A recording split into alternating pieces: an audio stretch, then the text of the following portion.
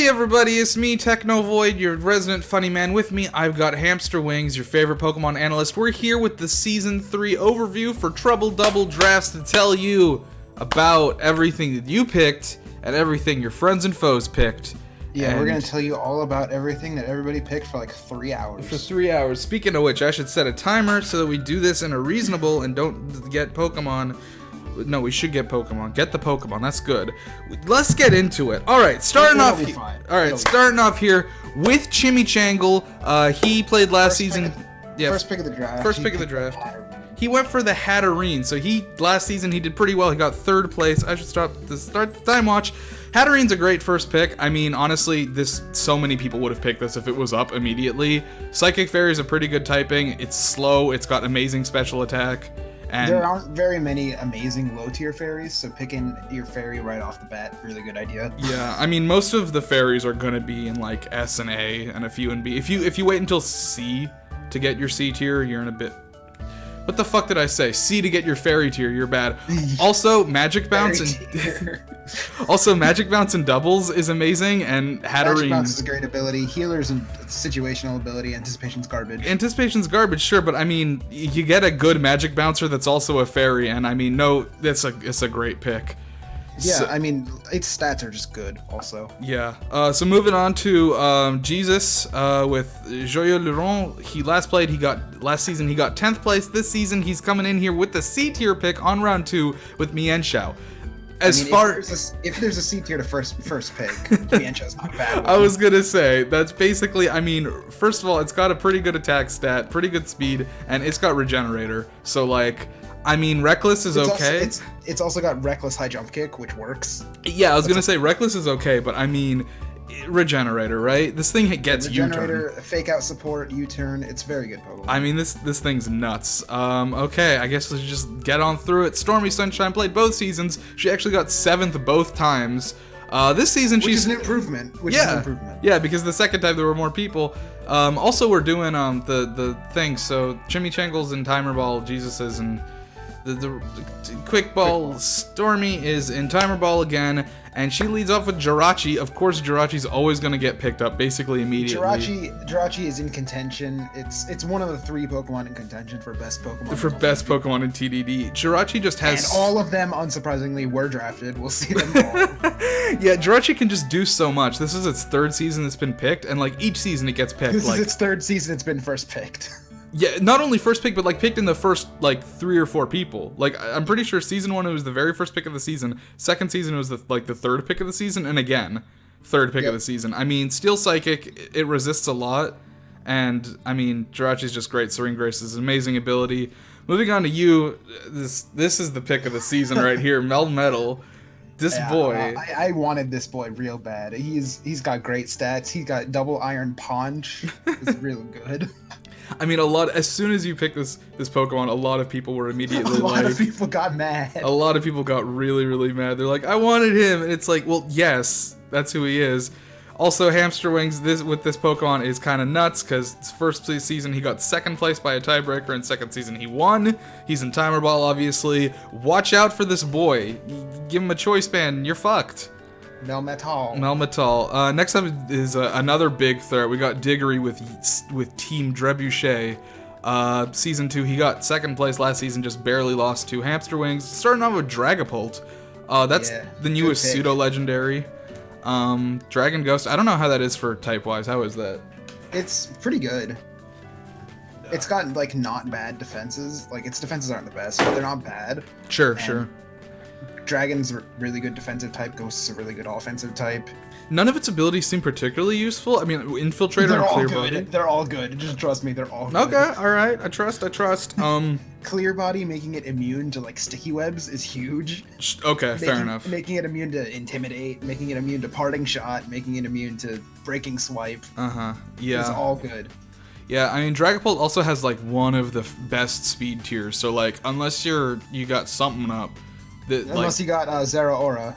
Yeah, this thing is basically going to be going first 9 times out of 10. Next up, me, I got 5th place both seasons somehow.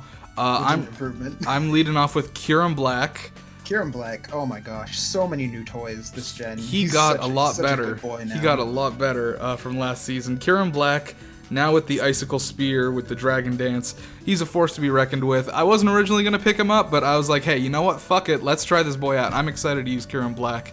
He's got so many new toys. Just look at that attack stat. He can go quick. If you put a Choice Scarf on him, you just start Icicle Spear in a way. You can't run Focus Sashes, it just breaks them. Yeah, I mean, Dragon Ice isn't a great defensive typing, but his defenses are not bad. Like, even, I mean, Yeah. a Melmetal will probably one-shot his him. His HP is quite large. Yeah, a Melmetal will probably one-shot him, but anything else, most likely not. And just, I mean, he can even go special attack. He's got 120. That's not bad. Yeah. Yeah. That's true. Moving on to Camelot with Eggplang, he leads off with Cresselia. Cresselia is one of those S tiers where it's like you kind of just wish it wouldn't get picked. Yeah, Cresselia is really hard to play against. The other one probably being like Celesteela, Tapu Fini. Yeah, those three are the kind of the stallers. Cresselia, everybody knows this. It's fucking, I mean, look at that HP defense and special defense. It does not die, pure psychic typing. Eggplang... It'll eat a knockoff and then resist future knockoffs. Eggplang, new to the series, so look forward to seeing how he uses this. Luckily, he's not in my division, so I don't have to worry about fighting Cresselia. That's the main takeaway here. Next up, another newcomer. We've got Wobble with Victory Load, leading off with the Indeedee F. Don't be fooled by this thing's stats. Is good. What is this picture? I'm not sure. I think he drew it. It's nice. It's nice. Indeedee F. I mean, that stat total doesn't look like much.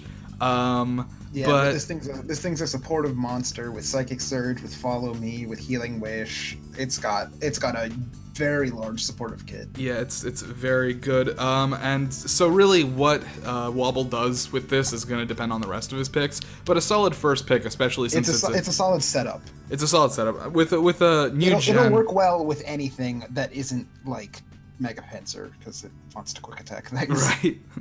Exactly. Yeah. I mean, since it's a new gen Pokemon, people are more likely to take. And even then, he can run a mix up of just no Psychic Surge and just Follow Me. Mm-hmm. All right. Next up, we got Politoed. So Feanor, new person here. The beginning of a rain team.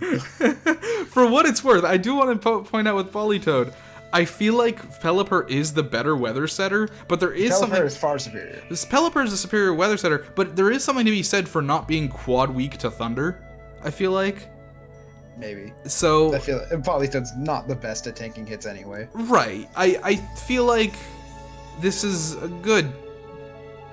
I don't know why. I mean, rain is usually good. Right. Surprisingly, the most prominent weather in VGC right now, I think, is sun. Interesting. So, I mean, Politoed's a pretty weird first pick, but hey, he knows what he wants to do, and he's going for it, so... I don't think it's that weird. I think it kind of locks you into an archetype, though. Yeah. Well, it is what it is. We'll see what Feanor does in his future picks. Next up, we've got Meteor Power with a Victini. That's horrifying. Leading off strong. He knows what he wants. It's right there. We've seen what Victini can do last season, and that was with a shit player. We'll see what it can do this season with Steven. That'll be much better. Steven was like angry at me for taking Melmetal. So he's he like, was hoping for I'll it. destroy So he's you. like, I'll just pick something that counters Melmetal. I was like, oh. Yeah, well, that's fair. So Meteor Power is actually our reigning champ from Season 1. On Season 2, he did get 9th place, so a bit of a drop there. But it looks like he will be coming he used back. a fun team, though. It looks like he'll be coming back strong, and Victini is... Now it looks like spoilers, he's trying to combine those two. He's trying to get that fun and that winning team. Oh, no. So yeah, none of you quick ballers have to worry about this guy yet. But he's coming in hot with that Victini. That was a pun. Moving on to Samurats, grabbing off the Mew. There's another one of the top 3 that are in contention for the best Pokemon in the league. Mew is very, very strong. I would say 4. I would say Celesteela and Giratina Origin are also both up there. You'd consider Celesteela part of it? Well, I don't know if I consider like best in the league, but it is a strong ass S tier. Yeah, I wouldn't consider it best in the league. Okay. I would consider the other 3. Sure. I mean, Mew is the best in that it can be either of the other 2. I mean... It can. Having access to Transform is very useful, but even if you're not, I mean, this thing has insane coverage. I mean, with the addition of, like, TRs, Mew can do so much more. Mm-hmm. Mew can, like, be a suicide hazard lead now, which is, like, crazy. Yeah, I mean, just any Pokemon that has that, hundreds across the board, it's just strong because of how versatile it is. This especially works well for Mew because of how large its learn set is. With Victini, it also works well. 100 is like kind of middling for some stats, but for HP, 100 is just high. Yeah. I mean, especially when HP, you combine 100 HP with 100 defense and special defense, you get something that is reasonably tanky.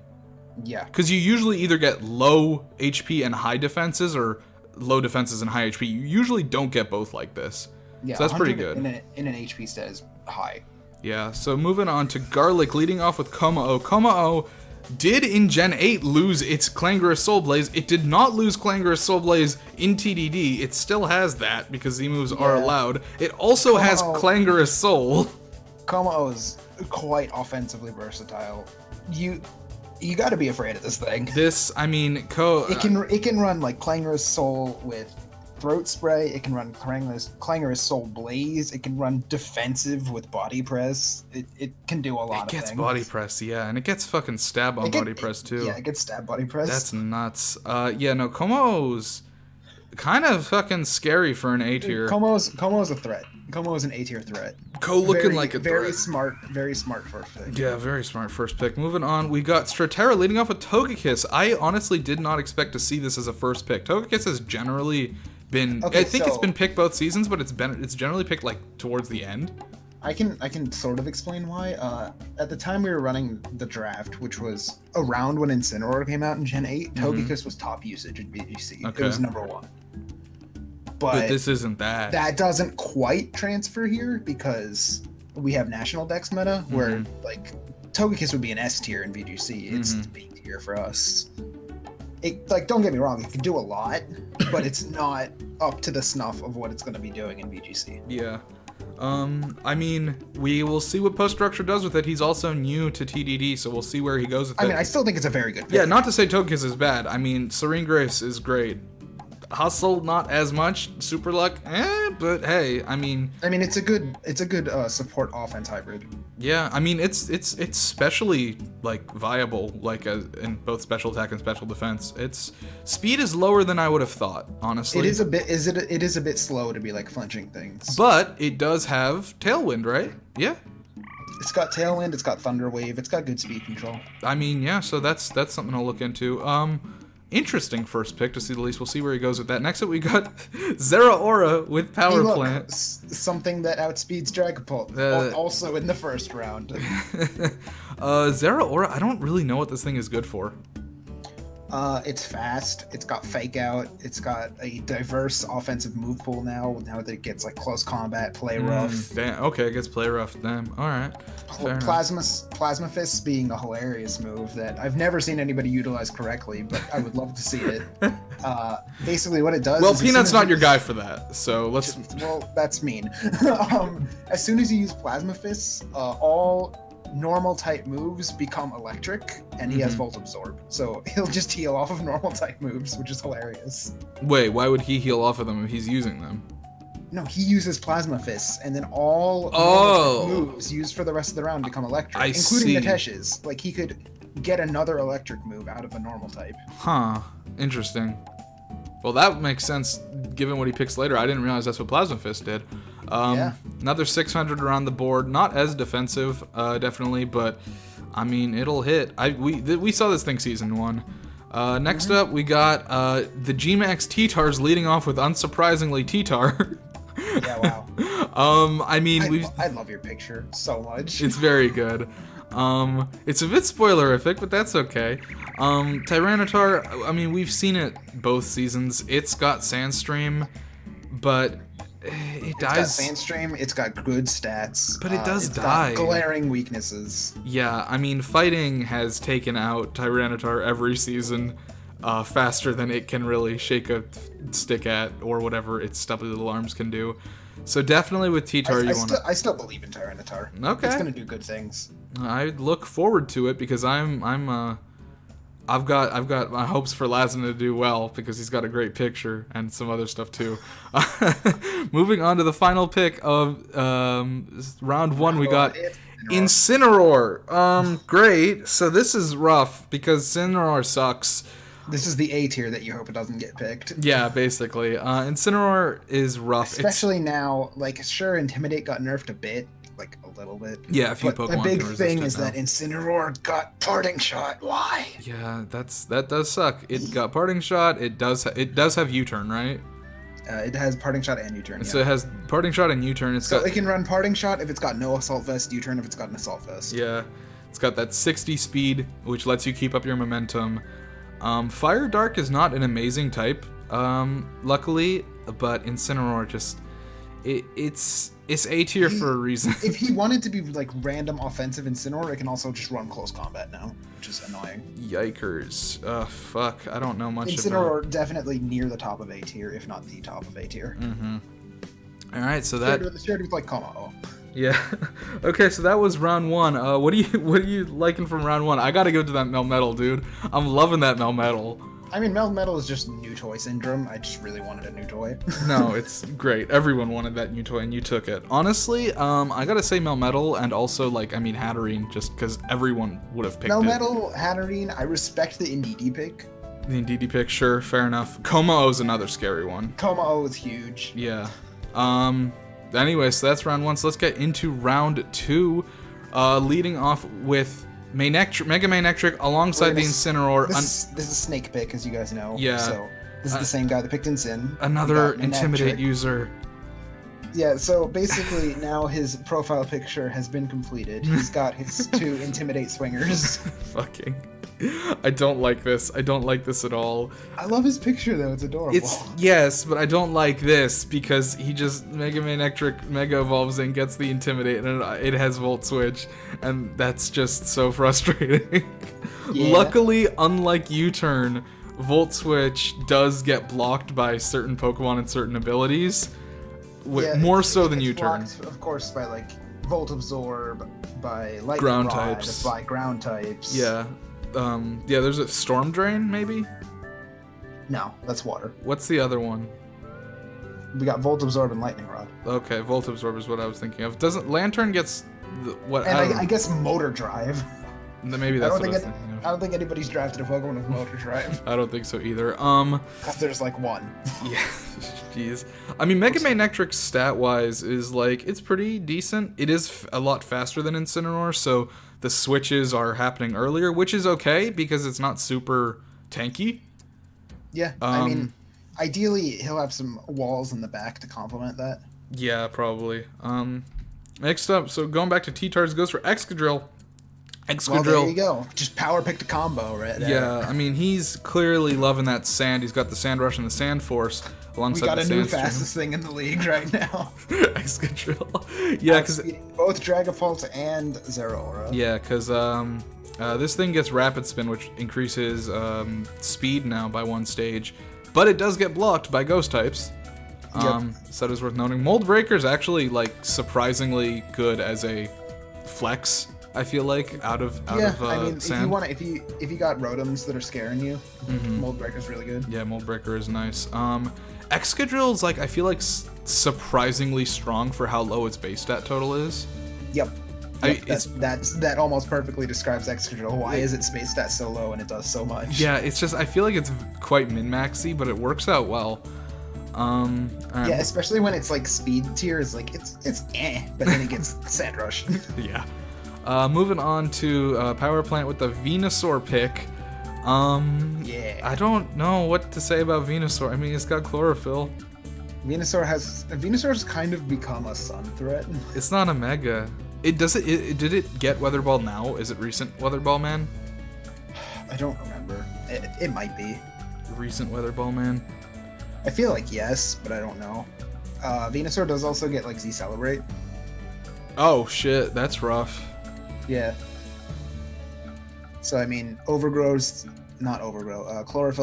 Z-Celebrate's kind of scary. Given he has no way to set up the sun right now. Okay.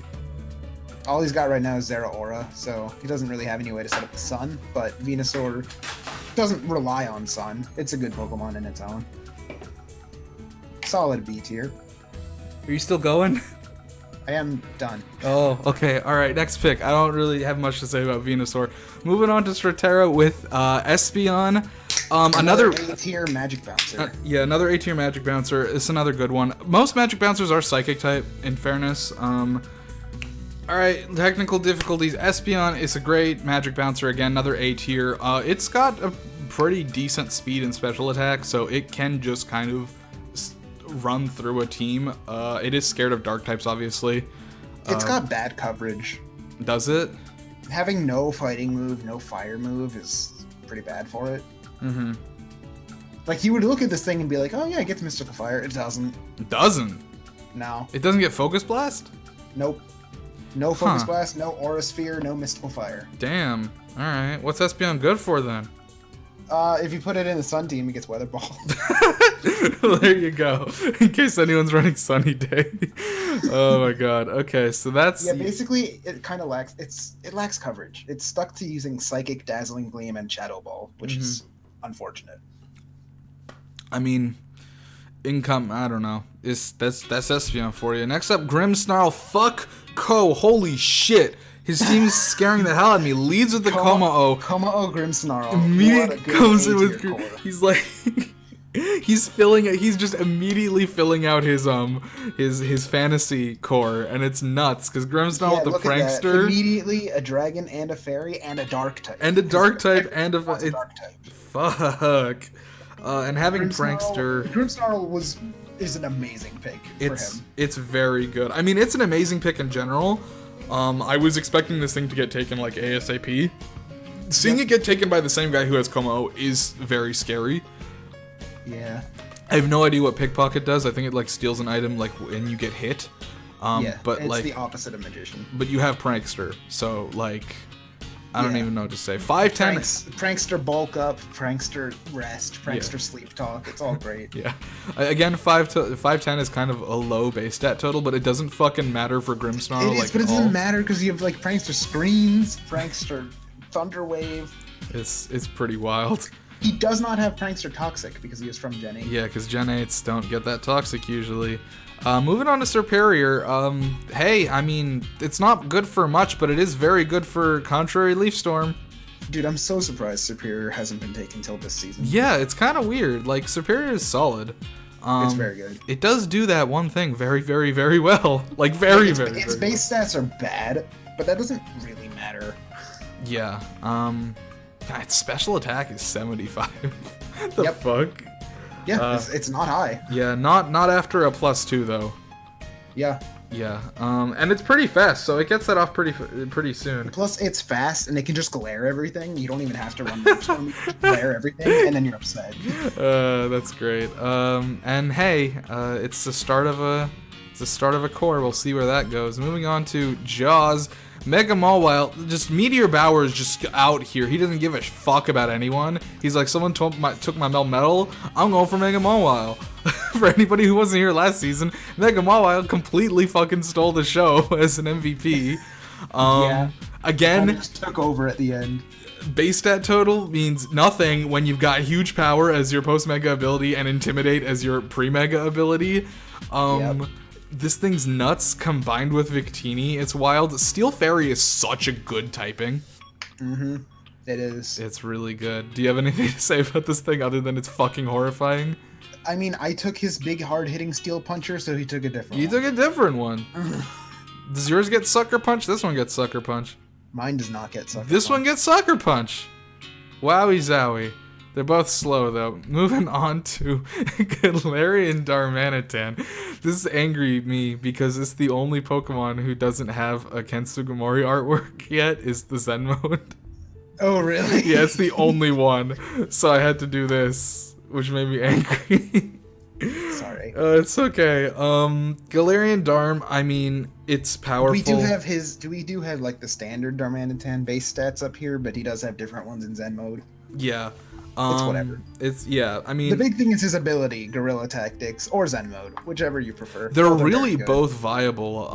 Guerrilla Tactics basically lets him, for people who don't know, it automatically gives him a choice band, and then he can also run a choice item on top of that. Yeah, he can run also a choice band or a choice scarf. Or a choice scarf, both of which are amazing. Don't run a choice specs, usually. Zen mode is another really powerful one because when he hits 50% HP, he hits the Zen mode, which gains a ton of speed and a ton of attack, and is way better than regular Darmanitan Zen mode. And a fire typing. And a fire typing. It's scary. Really, Dharma G, I feel like it's A tier because I can't imagine he'll run Zen mode too much just because he's paired with Polytoad. Sure, fair enough. Yeah. But really, either of those abilities is super useful, so it's really kind of a gamble, which is why I think it's so good. Moving on to Volcarona. Hey, Volcarona's scary. With DDF, it's even scarier. Oh yeah. This thing. I mean, so far he's got 100% redirection. Yes, there you go. Obviously, Bugfire is not the best type against Stealth Rocks. But we have heavy duty booties now. Heavy duty booties, there you go. That's the Pokemon for them. Volcarona is always been scary. It will never not be scary unless Stormy Sunshine is using it. So like, it's just really, really, really dangerous. That was not nice. No, but I'm not nice. All right, that's not what I'm here for. You're here to give cold hard factoids. Okay. Volcarona, I've had it before. It's incredible. It's very strong. What is it good at specifically? Everything. It's good at special attacks. It's good at being a tank. What do people in Quick Ball need to be looking out for with this mon? It hits hard and it goes fast and it quiver dances and then you lose. How do you stop it? You kill it. Next with rocks. tip. Yeah, I mean Volcarona does prevent him from sort of switching out too often if he needs hazard control basically. Or just heavy duty boots. Or heavy duty boots, I guess. God. Moving on to Eggpling with the Aegislash. Aegislash moved down a tier this season because first of all it got directly nerfed stats wise. Yep. And is that the only reason? No, King's Shield also got nerfed. Yep. Yeah, King's Shield is no longer a -2 to attack. It's now a -1, so Aegislash kind of took a hit. It's still a very good A tier, but it's not S anymore. Yep. I am excited to see what Eggpling does with this because he's not too familiar with Pokemon, so having a Pokemon with this sort of ability that like is very dependent on is going to be interesting. What does it get? It gets a couple new things this season. It gets Steel Beam, it gets Close Combat. Steel Beam, Close Combat, Air Slash. Air Slash. I think it gets Air Slash. It might not. It's not fast, but hey. And then like Solar Blade. Solar Blade? The fuck? It's a blade. I mean, yeah. I guess run Aegislash Sun. Or just power Herb Aegislash. Oh, that's hilarious. That's hilarious. All right, moving on to me. I'm grabbing this Scrafty. Look, Scrafty. I know he doesn't. Scrafty's an underrated beast. Scrafty is just he's support city. You would look at him and you wouldn't think he's a support mon, but he's a support mon. I mean, he can sweep too. Yeah, I mean, 90 attack's not great. He does have Moxie. I mean, just Intimidate, and he's got so many supportive options. He's got a big move pool. Yeah, he really does. Also, I know I've been saying every pick is so good so far, so I won't for long. We'll get bad picks. Oofa doofa. Hey, I mean, the first couple picks for each person are going to be strong because it's the beginning of the season. I mean, Scrafty really is like a very good B tier. I wouldn't call it the top of B tier by any means, but it's got a lot of hidden power, and like not actually hidden power. It doesn't like that one.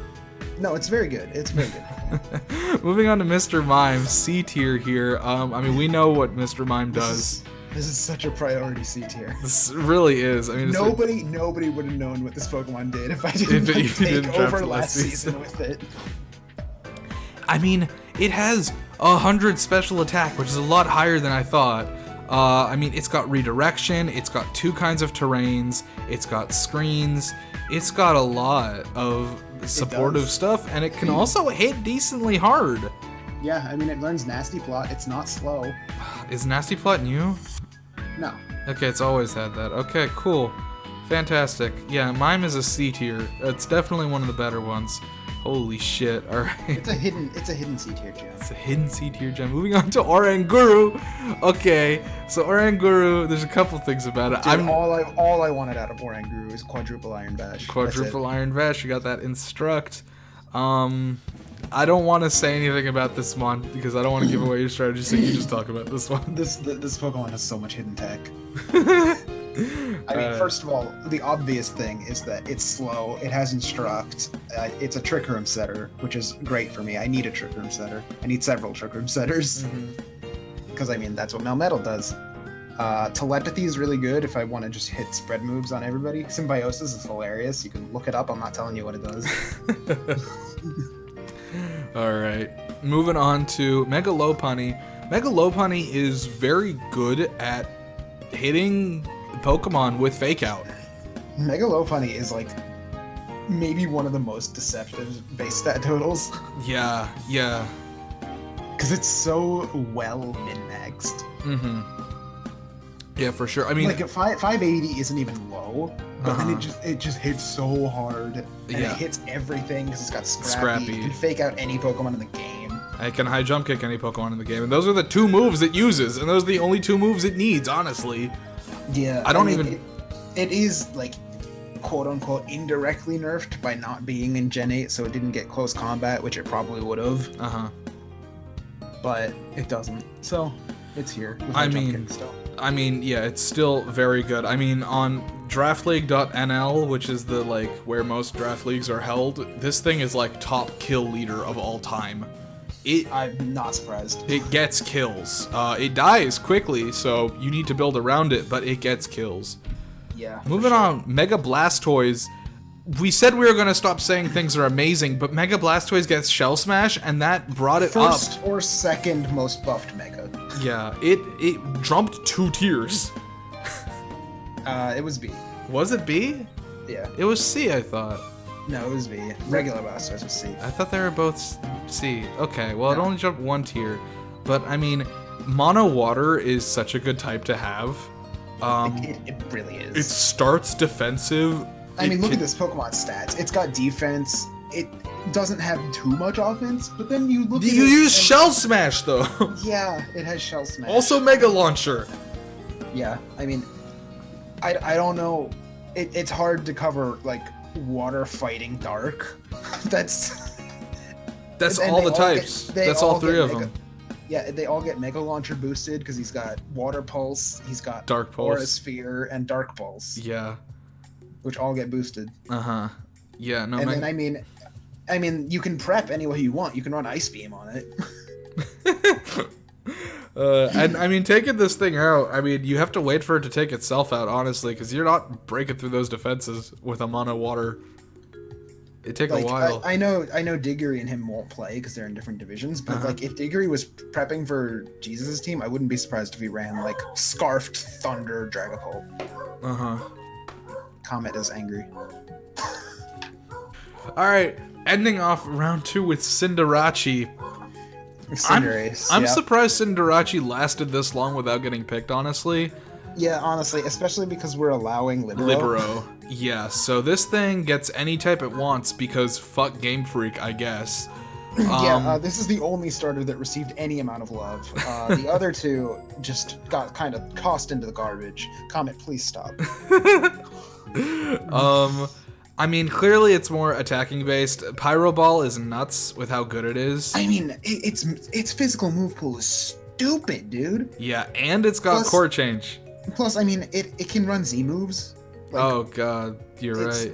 It's a Gen 8 Pokemon that can run Z moves because we're allowing Z moves. Yeah. But like this thing gets Pyro Ball, which is a ridiculous fire type move. It gets Bounce. It gets Gunk Shot for some reason. Yeah. It gets U-Turn. It gets, I mean, Court Change is horrible. It gets Stab on all of those. Also, it gets, it can run, it's fast and it's like not horribly defensive. So it can run like Taunt Super Fang. Yeah, I mean... This Pokemon's like toxic. It's so good. It can also just run like Focus Sash Blaze because of how fast it is. Yep. It's good with... Even if we didn't include Libero, it would have been like an A tier. And it's also got Libero. It's kind of... Yeah, I mean, I wouldn't be surprised if he ran Blaze sometimes, just because Pyro Ball hits so hard. Yeah, Pyro Ball is really something to watch out for. You need those fire resists, and those might not even help you. So that's round 2. Good golly. I mean, the power picks continue, man. I feel like if I had a favorite pick this time, it's probably Grimmsnarl. Grimmsnarl's up there. Grimmsnarl and Mega Mawile, I feel like, are the two that I look at and I'm like, fuck to the yes. Mega Mawile, I just like how good it is, and Grimmsnarl, I agree, actually, as the power pick of the round. It's kind of scary. And by kind of, I mean everything here is scary, except for like Venusaur, arguably. I'm gonna die for saying that, I'm sure.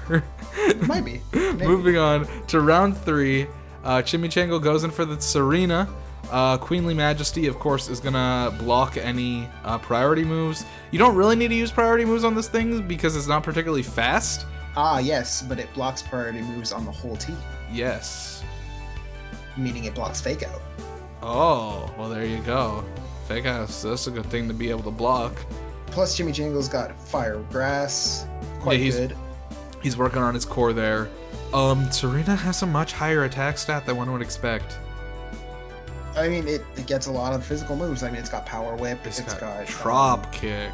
It's got Trop Kick. It's got Power Whip. It's got not close combat. It's High Jump Kick. Play Rough. They get Play Rough? Spin. Shit. Rapid Spin. Also. Yikers. Damn, son. Yeah, I mean, Assault Vest Serena with Rapid Spin to boost speed. It's pretty good. Yeah. Did we originally have Serena in A tier and drop it down after season 1? Yeah. Okay, yeah. I mean, hey, I was planning on using Serena. This wasn't a steal from me because I knew that Chimichango was planning to take it and I gave it to him, but like, hey, it's a good mon. Eventually they won't all be good. Speaking of things that aren't good, here's Giratina Origin. It's very good. Giratina Origin, the final Pokemon in contention for best in the league. Yeah, all 3 of them have been taking. Giratina Origin lasted a little bit longer. I mean, its stats are all so good. Its one downside is that it has to hold Grizziosorb. Levitate's not an amazing ability. I mean, it's not a bad ability. This Pokemon's got 3 immunities. That is true. And I mean, it's defensive. Its attack thing. I mean, 150 HP is what the fuck. Yeah. I mean, we see. Especially because it's like a ghost. It's dead. It literally doesn't have an HP. Oh my god, that's nuts that you said that because it's the truth. I don't really know what this thing gets coverage-wise. I just know it's scary. It gets Tailwind.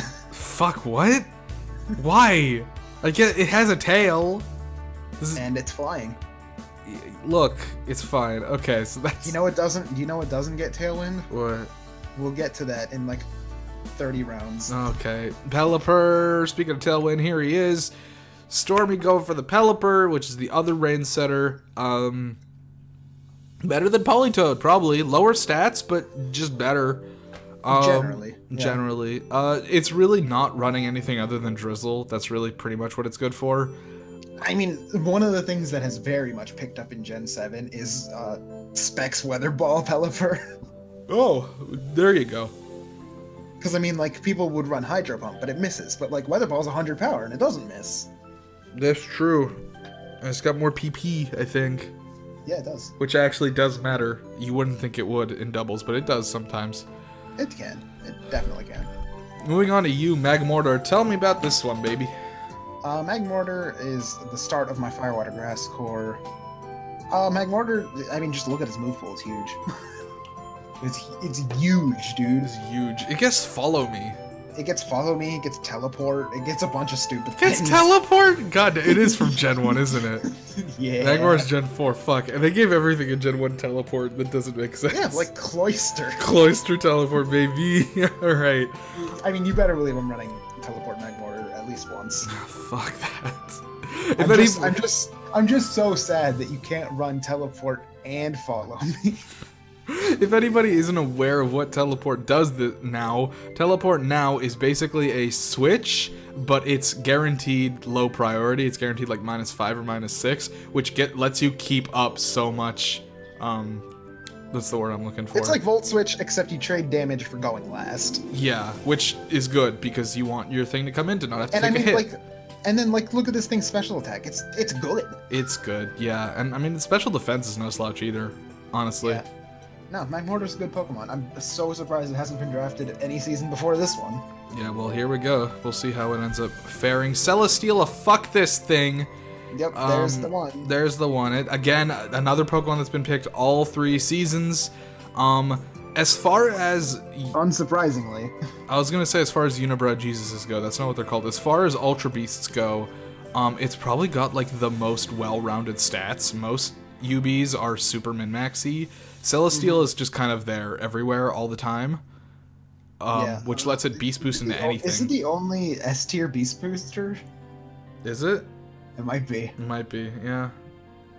I mean, it can really beast boost into any stat. And it can use... Except speed. Except speed, but it doesn't need the speed. No, it doesn't have a need for speed. It's got the... I mean, even if you wanted speed, you can just autotomize. Yeah, it's got autotomize, it's got, like, the acrobatics, it's got... Basically, leech my seed, only question is, why'd you give this thing leech seed? Like, it's not... why do you hate us? It's bamboo. Why do you hate this game? It's bamboo. And he's starting to fill out... Actually, he's filled out his fantasy core. Yep. He's got the Dragon's Fairy Steel. So that's good on Diggory's end. So he just went straight for that fantasy core. Remember when we said there aren't really any good C tier fairies? Yeah, here you go. Wrong. Well, Mr. Mime, yeah, I suppose. Moving on to another fairy. So I'm coming in here with Gardevoir. Gardevoir, it gets Trace, which Gardevoir is so solid. Yeah, it's very solid. It's it's nothing special. But I do think this Pokemon was like it was not great before. I really think the thing that bow tied this Pokemon all together and made it good was actually just Mystical Fire. Mystical Fire. Yeah, I mean Mystical Fire has like a guaranteed special attack boost, right? A special attack drop. That's what I meant. Yeah, special attack drop on the enemy. It's a good supportive Pokemon now. Yeah, it's a good supportive Pokemon. It can run Scarf. It can run Sub. It can do a lot of things. There's a lot of stuff. Versatile. Yeah, Trace is a really versatile ability because I mean, especially when you know who you're fighting in a draft league, you can really Trace is so fun. Yeah, Trace is fun. Telepathy also, especially in doubles, can be super useful. Well, only in doubles. Yeah. Sorry, that's what I meant. It's kind of frail. Physically, yeah. It's physically very frail. Special bulk is decent. Special bulk is in fact decent. We'll see how it goes. It's probably of the psychic fairies. It's probably the weakest. But it's still so good. Yeah. I mean, even though it's any bad psychic fairies. Yeah. I mean, I don't know. Mime is C tier, but I honestly feel like Mime is better than Gardevoir just because it's more versatile. Its stats are like really bad. Okay. All right. Well, moving on. It has 40 HP. Moving on to Shaman Land. Another. This is just a good Pokemon. It's good. It's across the board. Hundreds. Pure Grass typing, which is decent. Natural Maybe a Cure. tiny hedgehog, but he does have Tailwind. Yeah, it's true. Yeah. Natural Cure is not a fantastic ability, but it's serviceable. It can be used. It's there. It can be used like. It's its only option, so it's not like you're missing out. Yeah. In any way. You can use it as like a status sponge. Yeah, like if it gets paralyzed, it's gone. Now it doesn't, so that's fine. Honestly, Shaman Land, I can't really think of much about it. Like, it's solid, but it's not... It's not versatile. It's really not, yeah. I mean, it gets Dazzling Gleam, it gets, like, Energy Ball and stuff. That's not much. Yeah, I mean, Seed Flare, he doesn't really have any good way to use Seed Flare because it'll hurt everybody. Aegislash, not really, but you know. Yeah. Alright, well, moving on to Tapu Fini. Fuck this thing. God, I hate Tapu Fini. I hate all the tanky ones in the S tier. They all suck balls. It's Misty Surge. So he's got a Misty Surger and a Psychic Surger on his team. I am interested to see how he plays that out. What he goes for there. Tapu Fini really... It's not even defensive. Or rather, that's not true at all. It's not even, like, a very good supportive Pokemon. I mean, it is, but, like, it's just a threat in that it won't die, and it can have, like, Scald and shit. I mean, since we allow crossed abilities, it can just run Telepathy. It can, yeah. Telepathy's not great, though, right? It's not great, but it lets it Scald Burn. What does Telepathy do? Telepathy just prevents you from getting hit by your own teammate. So how would that have anything to do with Scald? Because otherwise it'd be running Misty Surge. Oh, right. I see what you're saying. Okay, yeah. Fair enough. So yeah, I can use telepathy and get the burns off. Yeah. So I mean, yeah, pretty decent pick there. Kingdra. I mean, Kingdra's a good ability in rain. He always comes prepackaged with Politoed, you know. Or with Pelipper. Yeah. Every rain team, every season brings Kingdra for good reason. It's a very good rain team mon. It's not good outside of rain team. Which is why it's C tier. I mean, Damp is a non-ability. Sniper is okay, not great on Kingdra specifically. Sniper's hilarious. It's great on Kingdra. Okay, I mean, Swift Swim is arguably much better. Yeah, but what if you just want to keep dropping Draco Meteors and it doesn't matter how much you drop your special attack because you crit every time? Okay, alright, fair enough. Dude, I used to do this all the time. Alright.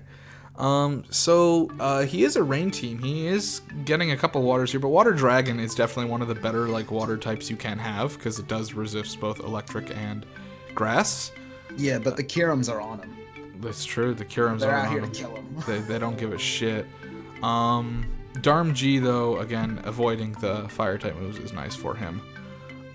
So we got Rotom Wash. Steven goes ahead. Sacrificing an S tier for a third A tier. This is a good one though.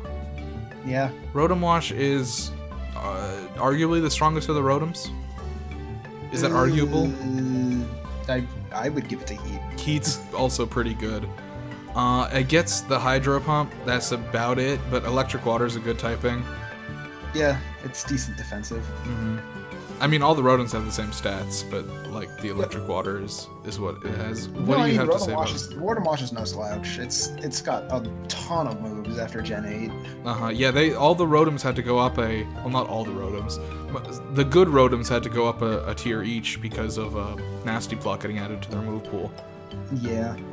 And I mean, with 86 speed and Volt Switch, that's something to note. Yeah. Definitely. Rotom Wash is solid. Yeah, moving on to Mega Altaria. So Samurott goes for his Mega. Mega Altaria is... I love Mega Altaria. Why? Because look at that. It's filling out a core at immediately. Dragon Fairy. There it is. I guess so. You generally don't want those on the same Pokemon, I feel like. I think it's pretty good. Is it? Alright. I like Mega Altaria a lot. Pixelate is a great ability. It can... I feel like its stats are sort of lying, because it does say that it can go both attack and special attack, but I don't feel like that's really true. It can. Okay. Alright, fair enough. I feel like it's just better attack-wise. Special attack, the only reason you'd ever really want to is if you need fire coverage. Because then you could run Hyper Voice, Flamethrower. Okay. But largely, yeah, you're gonna want to go attack just because you have like Dragon Dance. Yeah. Mega Altaria. Oh shit. As far as things go, how does that stack up compared to some of the other B tier megas? I think it's middle of the pack. All right. Moving on to Mega Metagross. Cow is out here. Yeah, I know. Horrifying too. Fuck! I hate this. That's the core completed with 3 of the most terrifying Pokemon of the type. It's really scary. He just went Como, Grimmsnarl, Mega Metagross. Go, what the fuck? You're gonna murder all of them. Stop. Yeah. And Mega Metagross, I mean, we know how powerful this thing is. Tough Claws is great. Combined with the 145 attack is really rough. It starts out with Clear Body, so it can't get intimidated when it first comes in. Sticky Webbed. Picky Mike had this thing, and even though he got last place, I think, this was almost the MVP of the entire season. It gets kills. Yeah. And it doesn't die easily. It doesn't afraid of anything either. Because, I mean, you said 145 attack, holy crap. Look at its defense, it's 150. 150. And 110 special, I mean, it's... And 110 speed. And fucking shit, man. Yeah, this thing doesn't have amazing stats. This thing doesn't have a bad stat. Holy crap. No, I mean, Ko was like, hey, I want my core. There it is. Bye, everybody. No, Ko is definitely someone. Fantasy Core plus a Dark type in 3 picks is amazing. Yeah, that's something. Ko, watch out for him, folks. He's coming for you. He's coming fast. Yeah. Next up is Mega Lucario. Mega Lucario is, it's better than regular Lucario. He's a Glass Cannon Steel type. Yeah. Adaptability is very powerful. Especially with those two stabs, they're both very good. Mm-hmm. It's a fast Pokemon. It's that, yeah. I mean, you described it. It's got Swords Dance and Nasty Plot. Like, it can do whatever it wants. It gets Follow Me. It does. It does. No, I mean, you basically, I feel like, described it with Glass Cannon Steel type. Yep. That's basically what Mega Lucario is. It's a steel cannon. Uh-huh. Yeah, I mean, adaptability is great. I don't really know. What would you say of its potential regular abilities is, like, what you would normally want to run if you're planning on first turn Mega-ing? Inner Focus, I guess? Inner Focus, yeah, because you don't get intimidated. Mm-hmm. Moving on to Power Plant with the Whimsicott. Third season in a row this thing's gotten picked. Alright, so now we've got Prankster Weather. Yeah, it does do that, which is kind of spooky. Because of the Gen 8 weather mechanic changes, he can Sunny Day, and immediately Venusaur will go next. Yes, that is, yeah. Having the double grass so early seems not ideal to me. Yeah, there's a lot of picks of his that I said weren't ideal. Yeah, because immediately he does have double grass, and we'll see what he picks next. Yeah. I mean, Prankster is good. Like, there's nothing wrong with doubling down on types, especially when you've also added a fairy type, which is very good. Yeah. There's, like, not that many fairy types. Sure, yeah. Okay, moving on to Bronzong. It's another season of the Bronzong. Levitate and Heat Proof, both really good abilities at discarding your weaknesses, as it were. Another Pokemon that works well in the sand. This one not super weak to fighting, as I understand it, which is nice. It's just neutral. Yeah, up until now everything's been weak to fighting, so this is a change of pace, hopefully one that continues. Mm-hmm. I mean, it's a good Pokemon. It sets screens, it does gyro balls, I like it does stealth rocks. It's got a lot. It does have a lot. I know, because it's a good support. It's a good start for a supportive core. I've wanted to run Bronzong so many times, and I don't ever. It's never happened. Eventually. Moving on to Alolan Ninetales. So obviously, Snow Warning isn't, like, setting up Hail isn't good for the rest of his team. But it does let him do Aurora Veil, which when combined with the Intimidates that he's got going on, I'm sensing another fucking toxic season from Dusk! I hate to say it, I really do, I really wish it wasn't, but Dusk knows what he wants to do and it's win, I guess. Yeah, respect. Against all odds. So, I mean, Ninetales Alola, we've seen this every season as well. Ice Fairy hates certain other Pokemon, basically anything that has a Steel-type move. Yeah. Speed is okay. Other than that, it's really not great stats-wise. No, its stats really aren't anything impressive. Yeah. The big thing is just Aurora Veil and, like, Blizzard, I guess. Yeah. No, I mean, I feel like a Ninetales Alola always gets a lot of undeserved respect. That's maybe the weird way to put it. Everyone expects it to do more than it does. And Ninetales is the opposite of a sleeper pick. Yeah, exactly. Like, Ninetales is the one everyone's like, ah, shit, there's Ninetales. And then Ninetales comes out, it's like, oh, okay, I can deal with this just fine. Don't get me wrong, it's good. It is overhyped. Yeah. So that's round 3. I'm gonna say this is rough. I'm not sure. I mean, Mega Metagross, right? Like, that's a spooky one. And Metagross Giratina is incredible. Yeah. I'm just thinking what specifically goes well with a team. I mean, it's Metagross. Metagross really filled out that core immediately. I want to make special note of Whimsicott with Prankster Weather because of Peanuts, how he likes weather on some of his other Pokemon and how he will in the future. Having that Prankster Sunny Day and Prankster Rain Dance is useful. Mm-hmm. But I mean, Mega Metagross definitely. Yeah. Moving on to Amoonguss. I don't like Amoonguss this season. It got Pollen Puff. It did not. No? No, we didn't allow that. Oh, is it on the game? No. I'm bad at figuring out what's in the game and what isn't. Look if it's legal. Well, yeah. No, I know I can, but I'm lazy. But you should, because if you don't, you will be disqualified from your match. Okay. But this is another person who has dropped an S tier. Yeah, it's happening for some reason this season. I I mean, Among Us, it's got Regenerator and Rage Powder. Yeah, Rage Powder. It's especially, like, not negligible. Like, it is worth watching out for its special attack. Yep. Grass Poison, I feel like, is kind of not a great typing, though. It's okay. It's not great. What is Among Us good at, really? Mainly, like, Rage Powder, Spore, and, like, Clear Smoke. Yeah, it does get Spore, doesn't it? Yeah. It's got Effect Spore. That's the ability. I learned yesterday when I was making this sheet that Among Us has 2 S's in its name. Oh. I didn't know I don't know, like, any Pokemon typing spells. Yeah. No, I had to go back when I realized that when I looked up Among Us to get the picture for it, and I realized that in every single spot I had written Among Us with 1 S, and I went and I changed all of them to 2 S's, because apparently this thing is Among Us. It's not called that! Yeah. Next pick. It's Mega Steelix. Mega Steelix. This is the other most buffed Mega. This one went from C tier straight up to fucking A. This thing gets Break and Swipe. This thing gets the body press. This thing, that's all it needs.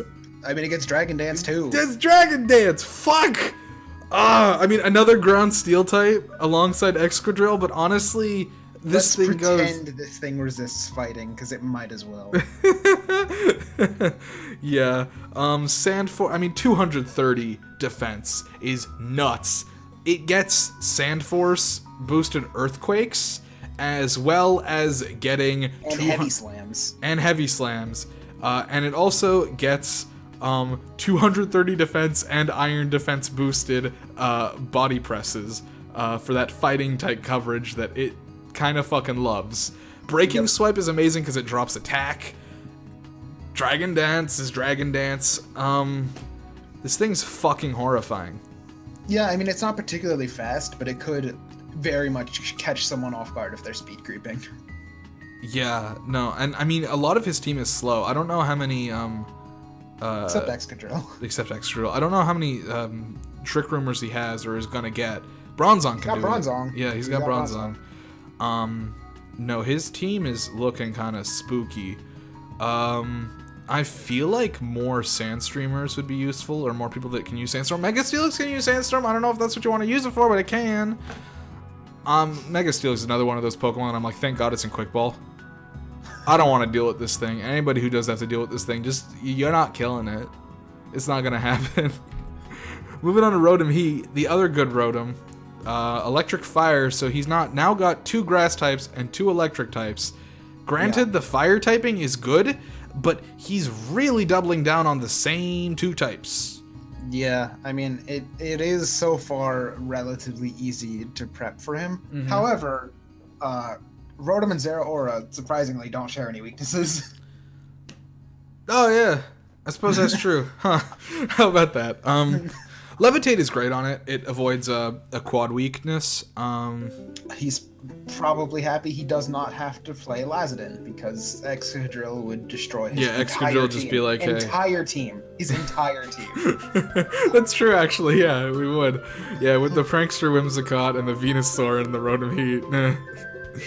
Yeah. Yikes. Especially now with Excadrill getting high horsepower. High horsepower. Yikers. Mold Breaker doesn't go through typings, right? It's just abilities. Yeah, it's not Scrappy. Yeah. I was gonna say it can't hit this thing with a Rapid Spin. I mean, it definitely can. It's not a ghost. Yeah. Oh wait, I'm a fucking dumbass. I still feel like this is Gen 4, where all the Rotom types are part ghost. Not quite. Don't get me wrong, Rotom Heat's a great pick. I don't know how great of a pick it is for Peanut at this point, given what he's already got. Yeah, his picks are very odd. Yeah, I feel like he doesn't know what he's doing yet. Moving on to people who do know what they're doing, here's Volcanion. One of the best B tiers. Yeah, Volcanion is definitely something that Peanut should have been considering, but he didn't. I don't know why he didn't. Yeah, here's Volcanion on somebody else's team. Fire Water with Water Absorb is great. I mean, the stats speak for themselves. This thing is so versatile. Oh, yeah. I mean, we saw last season with Diggory how versatile this thing is. I mean, Post Structure's got a powerful team right now. Oh, absolutely. He's kind of nuts. You need to be looking out for him. I don't know what else to say. He's got Steel Fairy, he's got Water Fire in the same Pokemon, admittedly, but you know. Yeah.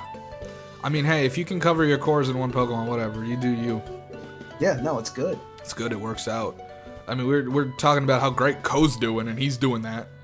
Yeah. It's fire, dark, fairy, dark. I'm a dumbass. Speaking of Ko.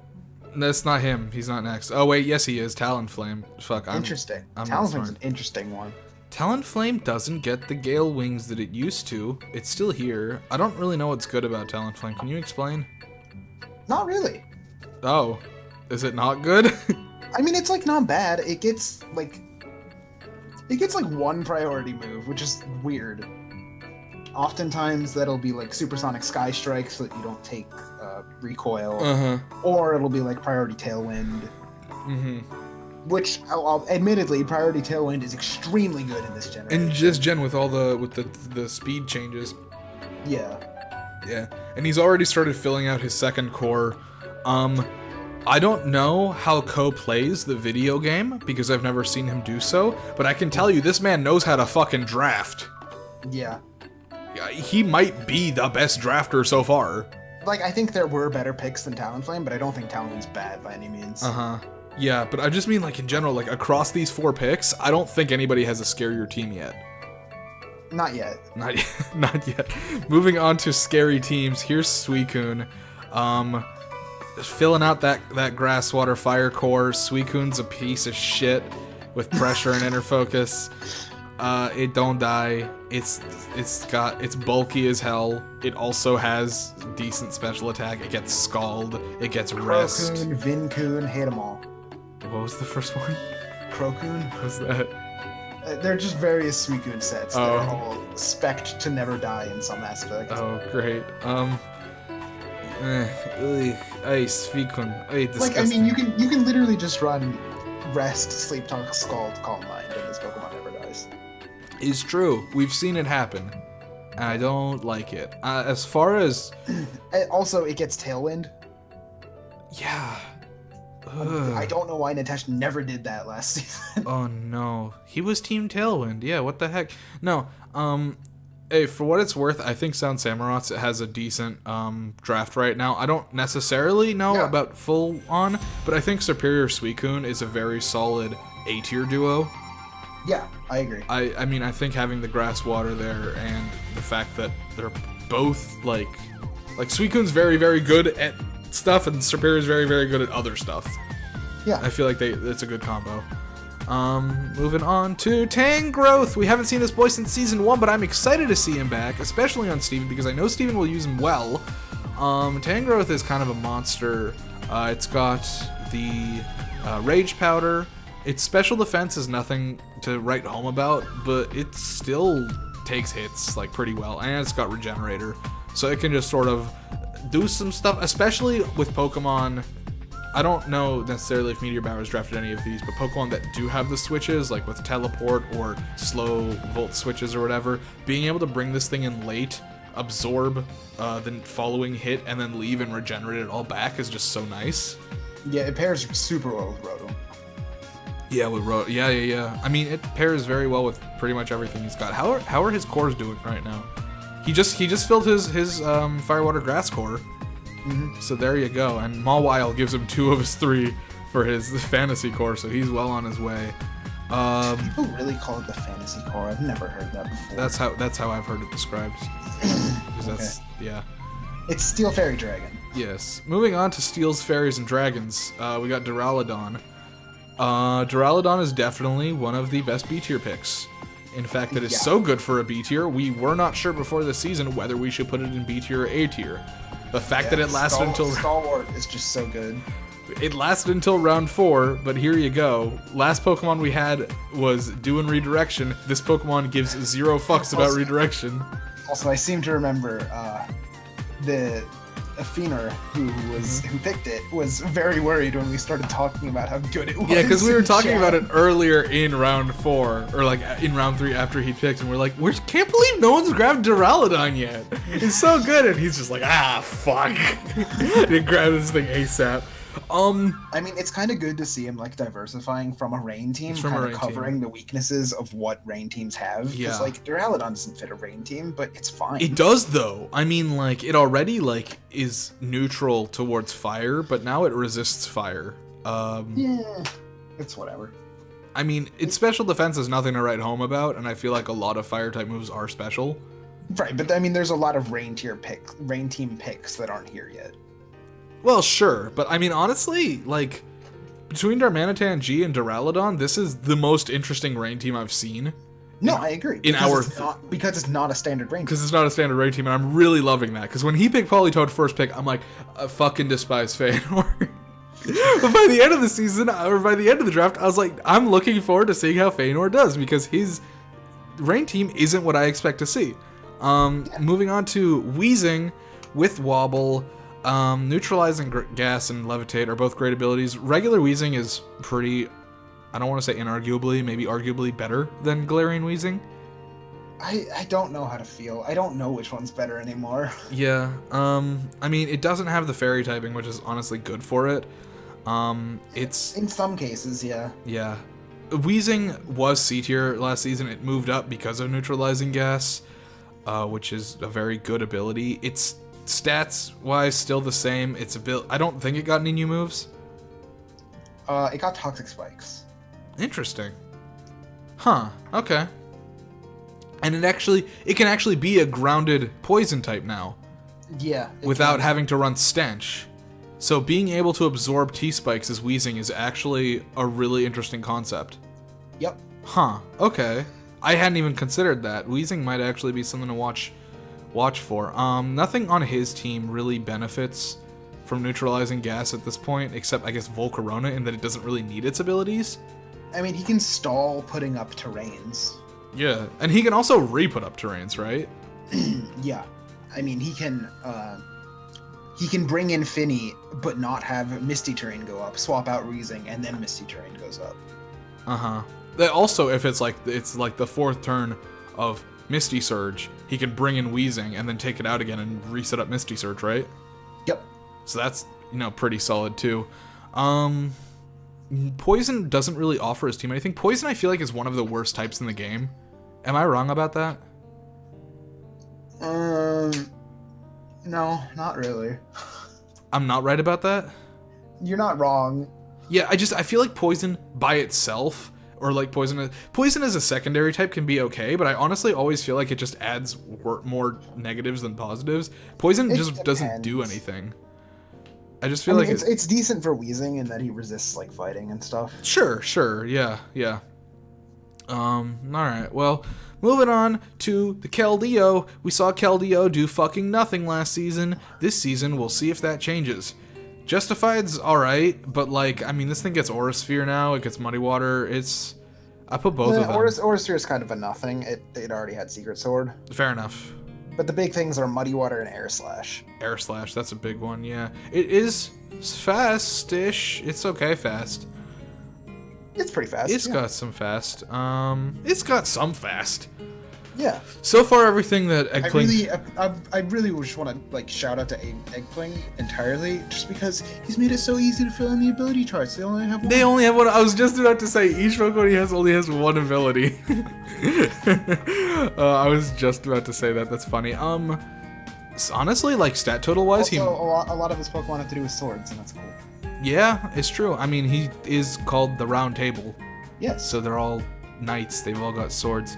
And just Eggpling, if you're watching this, I don't know if Chimichangle did this at all last season because I wasn't really paying attention, but you can actually use either Keldeo or Keldeo Resolute. They're both the same Pokemon. There's no difference.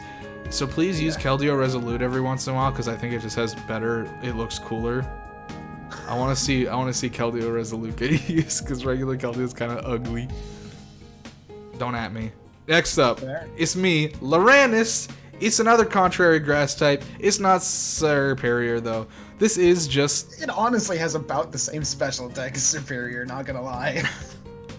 Yeah, I mean, this thing also it does the same thing with Leaf Storm Contrary, but it does also get superpower, which a lot of people don't seem to realize. It's strong. It functions... It's superpower. superpower. Yeah, nobody knows this. Nobody knows this. I've never seen this thing use superpower. Well, maybe I shouldn't then. Maybe it's not very good. I mean, it has 105 attack. I feel like that's decent. Yeah, I mean, are you sure? I'm like 90% sure. Check. Do it now. Lurantis also works in Sun. I mean, it's got Solar Blade. Leaf Guard is not. It does. Yeah. See, nobody knows this. I do my research. I've wanted to take Lurantis for a really long time. I just think Lurantis, first of all, I think it just has a cool design. It looks like it's wearing pajama pants. It does, which is why I wanted it. But also, I just feel like it's a really fun C tier. The OG Solar Blade user.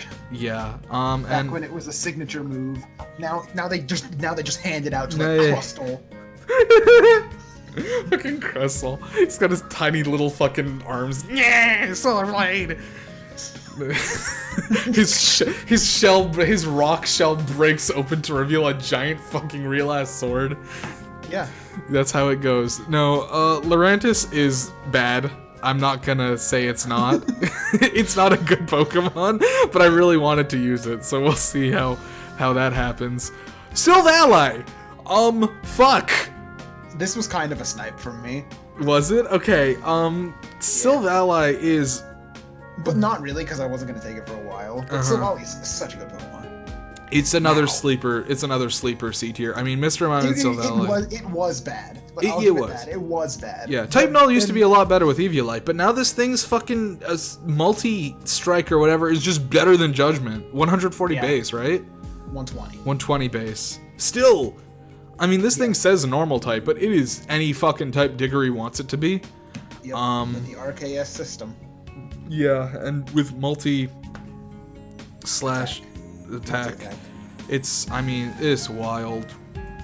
Yeah, no, good Pokemon. Good ass C tier. I mean, it's literally the definition of versatile. Yeah, I argued, I don't want to say argued's the right word, I pleaded with Hamsterwings to maybe move this thing up to B tier for this season, but he's like, nah, it's fine.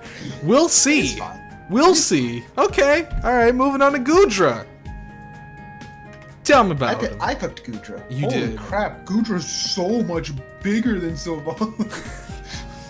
Goodra's big. I don't have a lot to say about Goodra. It's just kind of filling out a core.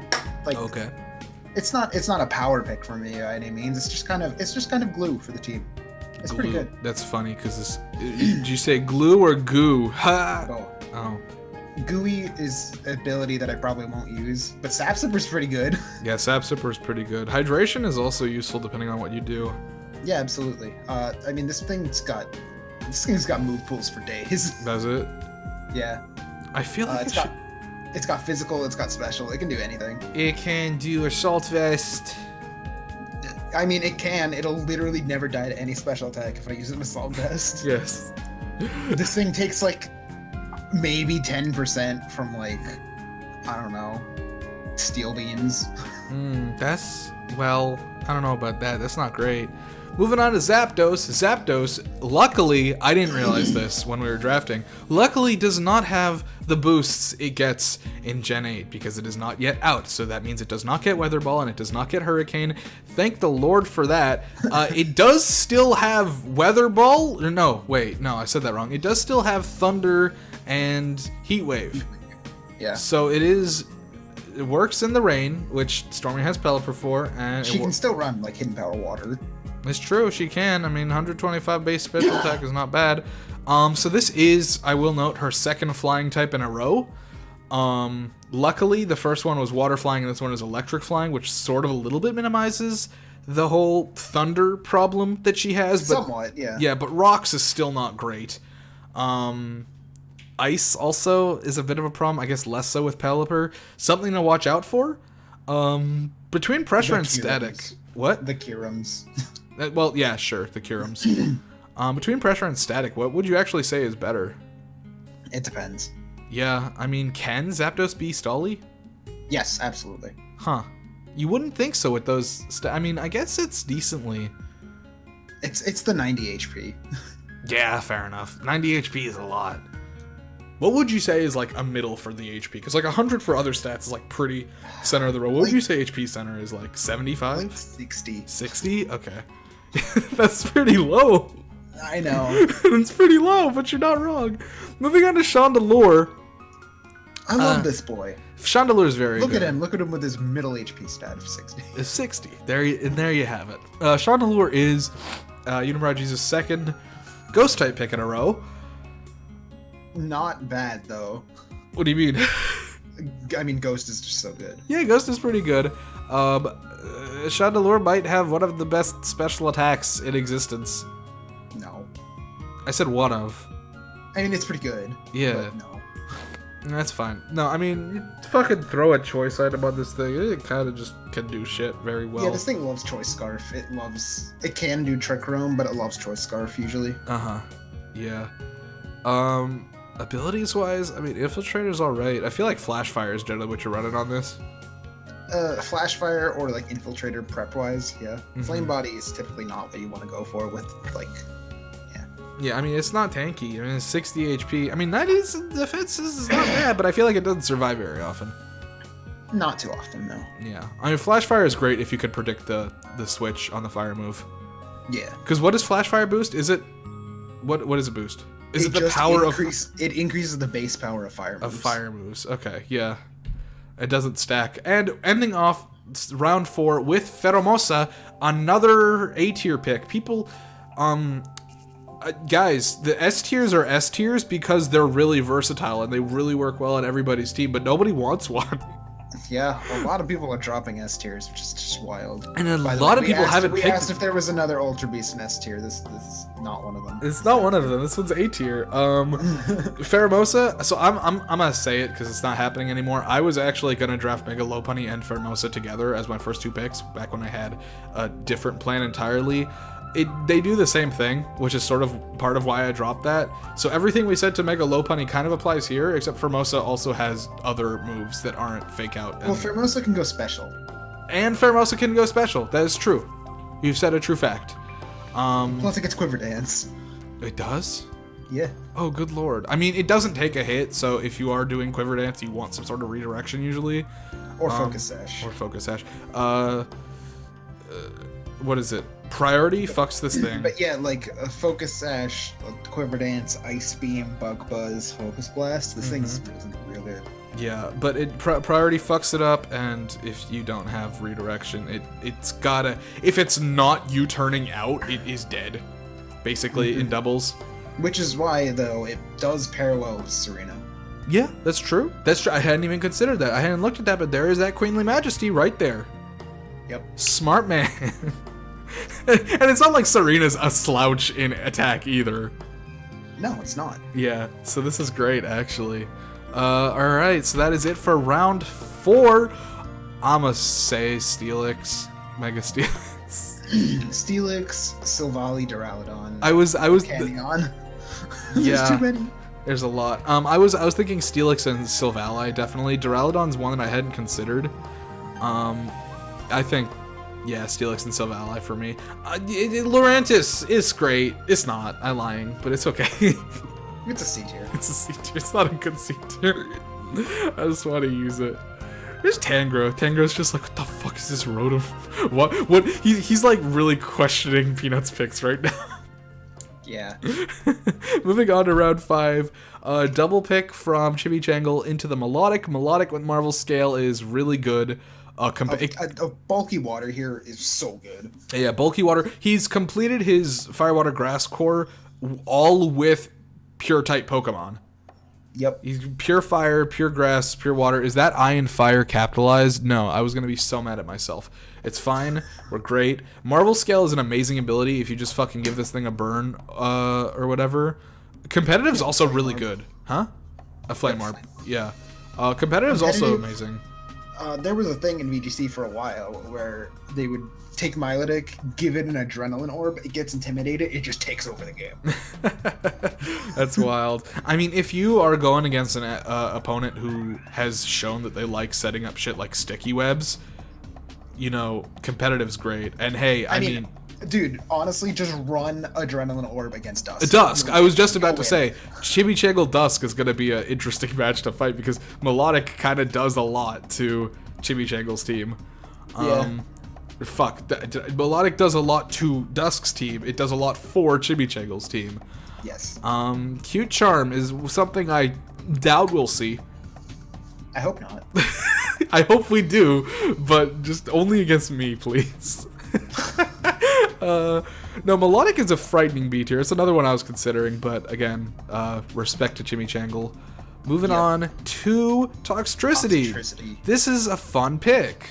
I'm surprised it didn't get taken earlier. Yeah, it's definitely it's that new toy. It's that new toy syndrome. It's also a pretty good B tier, I feel like. Punk Rock is Scream. Punk Rock's a great ability. It can also hold the I throat honestly spray. love that he has 2 ghost types now, just because you can spam Boom Burst. That's pretty good. Like, having Giratina and this thing out together, Giratina's tanky, gets up the Tailwind, this thing just starts shooting off Boom Bursts. It's a good combo. It is a good combo. It doesn't really... Surprisingly, it's the slowest thing on his team, outslowing Mega Blastoise.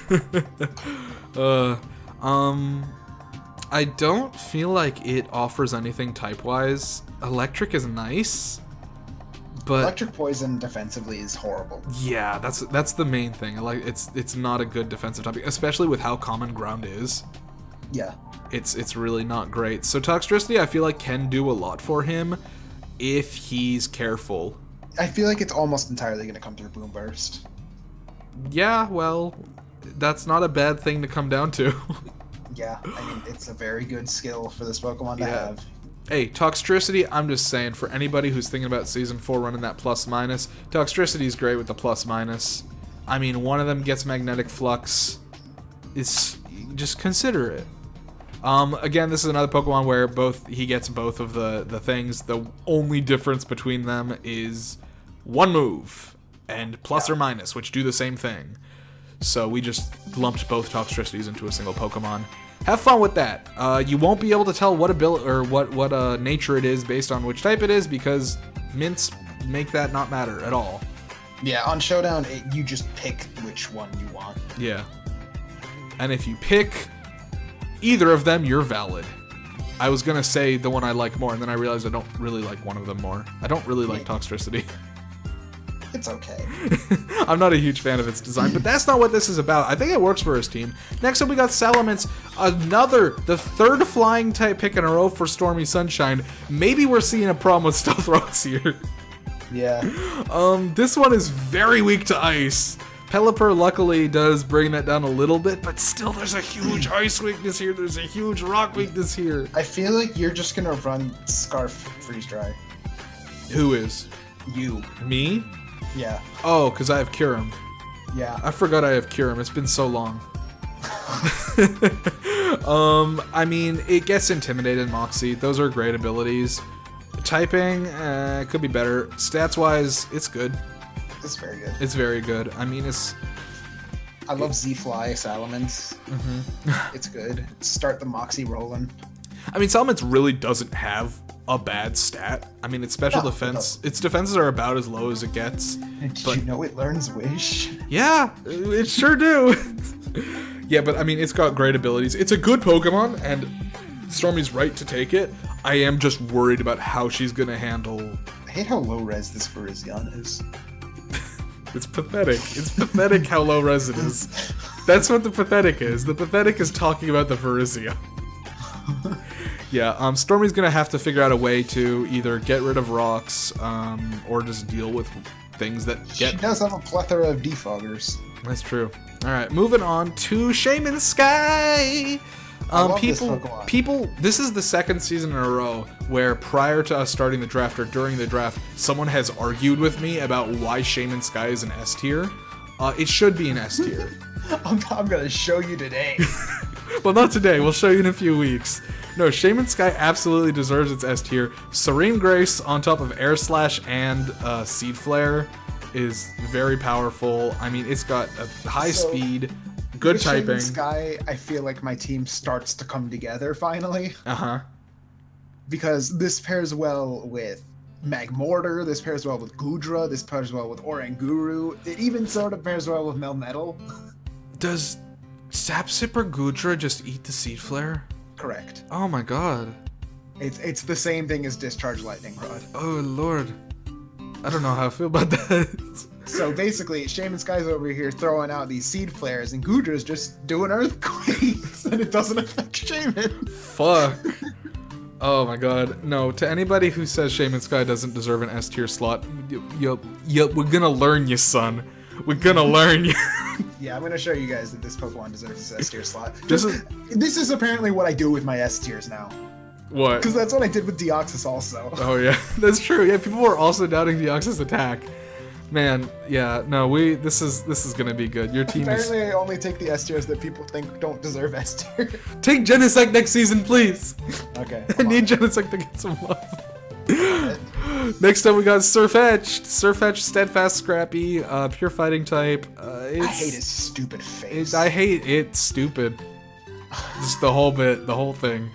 I do think that's funny. The one version of Surfetched that instead of holding the Leak Sword, it's just holding a Gardevoir Body Pillar. Did you see that meme?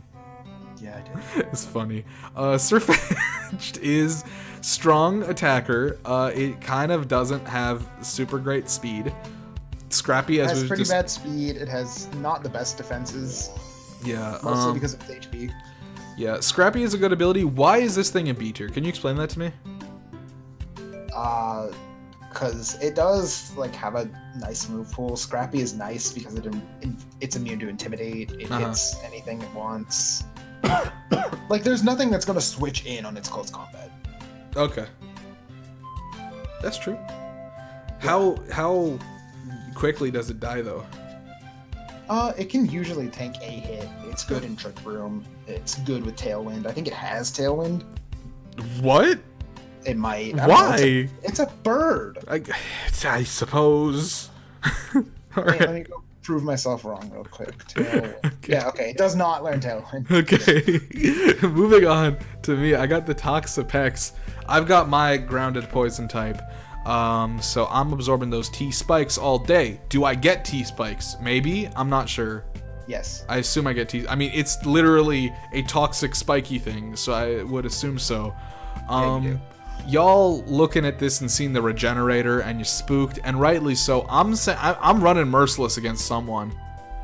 Do it. I'm gonna. I love Merciless. I think it's a fucking hilarious ability. I'm so sad it's not viable. But I'm gonna do it anyways. It can be if you just trace your own friend. Yeah, I suppose so. I can't do that. Can't do that. I can't do that. I'm gonna have someone else trace my Merciless and then trace it from them. Yeah, you could do that. Boom. Easy money. Toxapex is a wild tank. We don't got Dracovish up in here, so I've got nothing to worry about. Dude, nobody took Dracovish. Nobody took Dracovish. It's true, nobody did, but I got nothing to worry about. My defenses are up in here. Obviously not great on my attacking stats. I don't give a shit. My team is slow. Yeah. My team is really slow. Yeah, so is mine. Moving on to Mega Gallade. Interesting Mega to take. Another Sword Boy. Yeah. Inner Focus I feel like is not a great post-Mega ability. It blocks Intimidate now.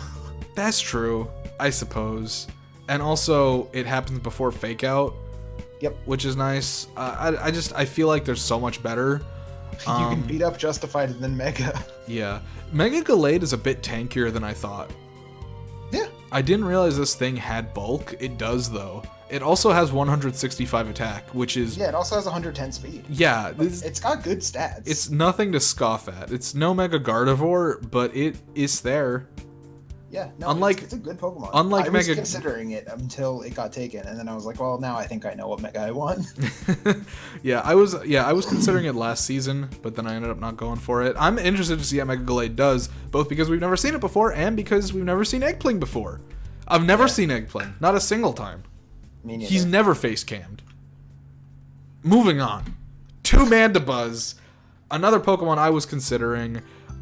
This thing's toxic. It sucks. I hate it. It's got big Hex. It's got big Hex.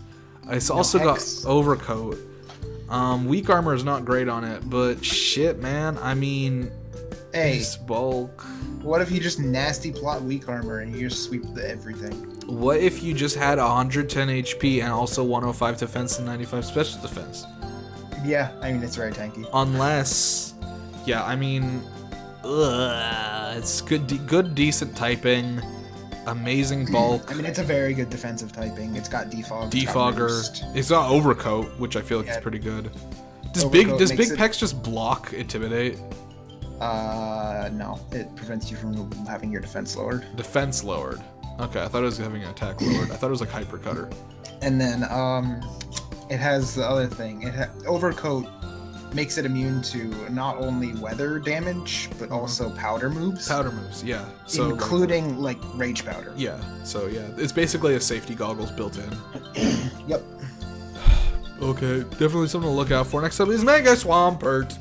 There we go. There's standard rain. It ain't no rain team without a Mega Swampert. There he is. He's hit the gym. He's got that swift swim immediately. Yeah, I mean, it is pretty scary being able to switch in a rain setter and then immediately get that swift swim. Yeah, no, rain, the changes to speed definitely make this thing better on a rain team than it used to be. You don't have to protect turn 1 anymore. You just go. You just go. It's cool. I mean, this is pretty standard fare for a rain team.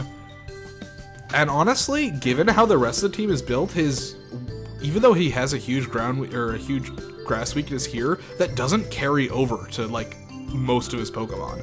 Yeah, I mean, he's got Duraludon, which 4x resists. So. Yeah, and he's got I'd like Card Velocity. It's a good team. Yep. Moving on to Toxic. I'm enjoying it. Moving on to Toxicroak. Please tell me about this one. I've seen Toxicroak now be used, I think 3 seasons in a row. Maybe it's only been 1. But like, I don't see the hype about Toxicroak. It's not that standout. It's got dry skin. It's got poison touch. It's got poison and fighting moves. It's got sucker punch. It's not an overly impressive Pokemon. It's a good C tier. Yeah, I don't know. It's like picking it like before other B tiers. Like normally when C tiers get picked prior to other tiers, it's because like it's priority for you. You want it. I don't understand why Toxicroak would be priority.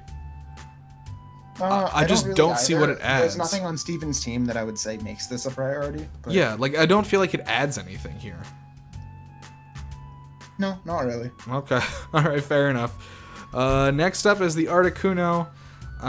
This is another one that several people were going for, and I don't really see why. Really? Really what? I don't see why, or really several people were going for it. Did multiple people say they wanted Articuno? Yeah. When Samurott grabbed it, a couple of people were like, ah, shit, that's a snipe. At least two people said that. Huh. So, I don't know why.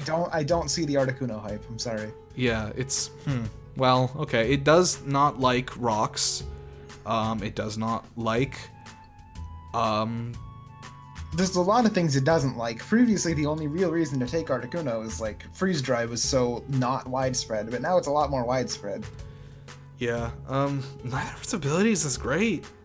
I mean, it's sort of.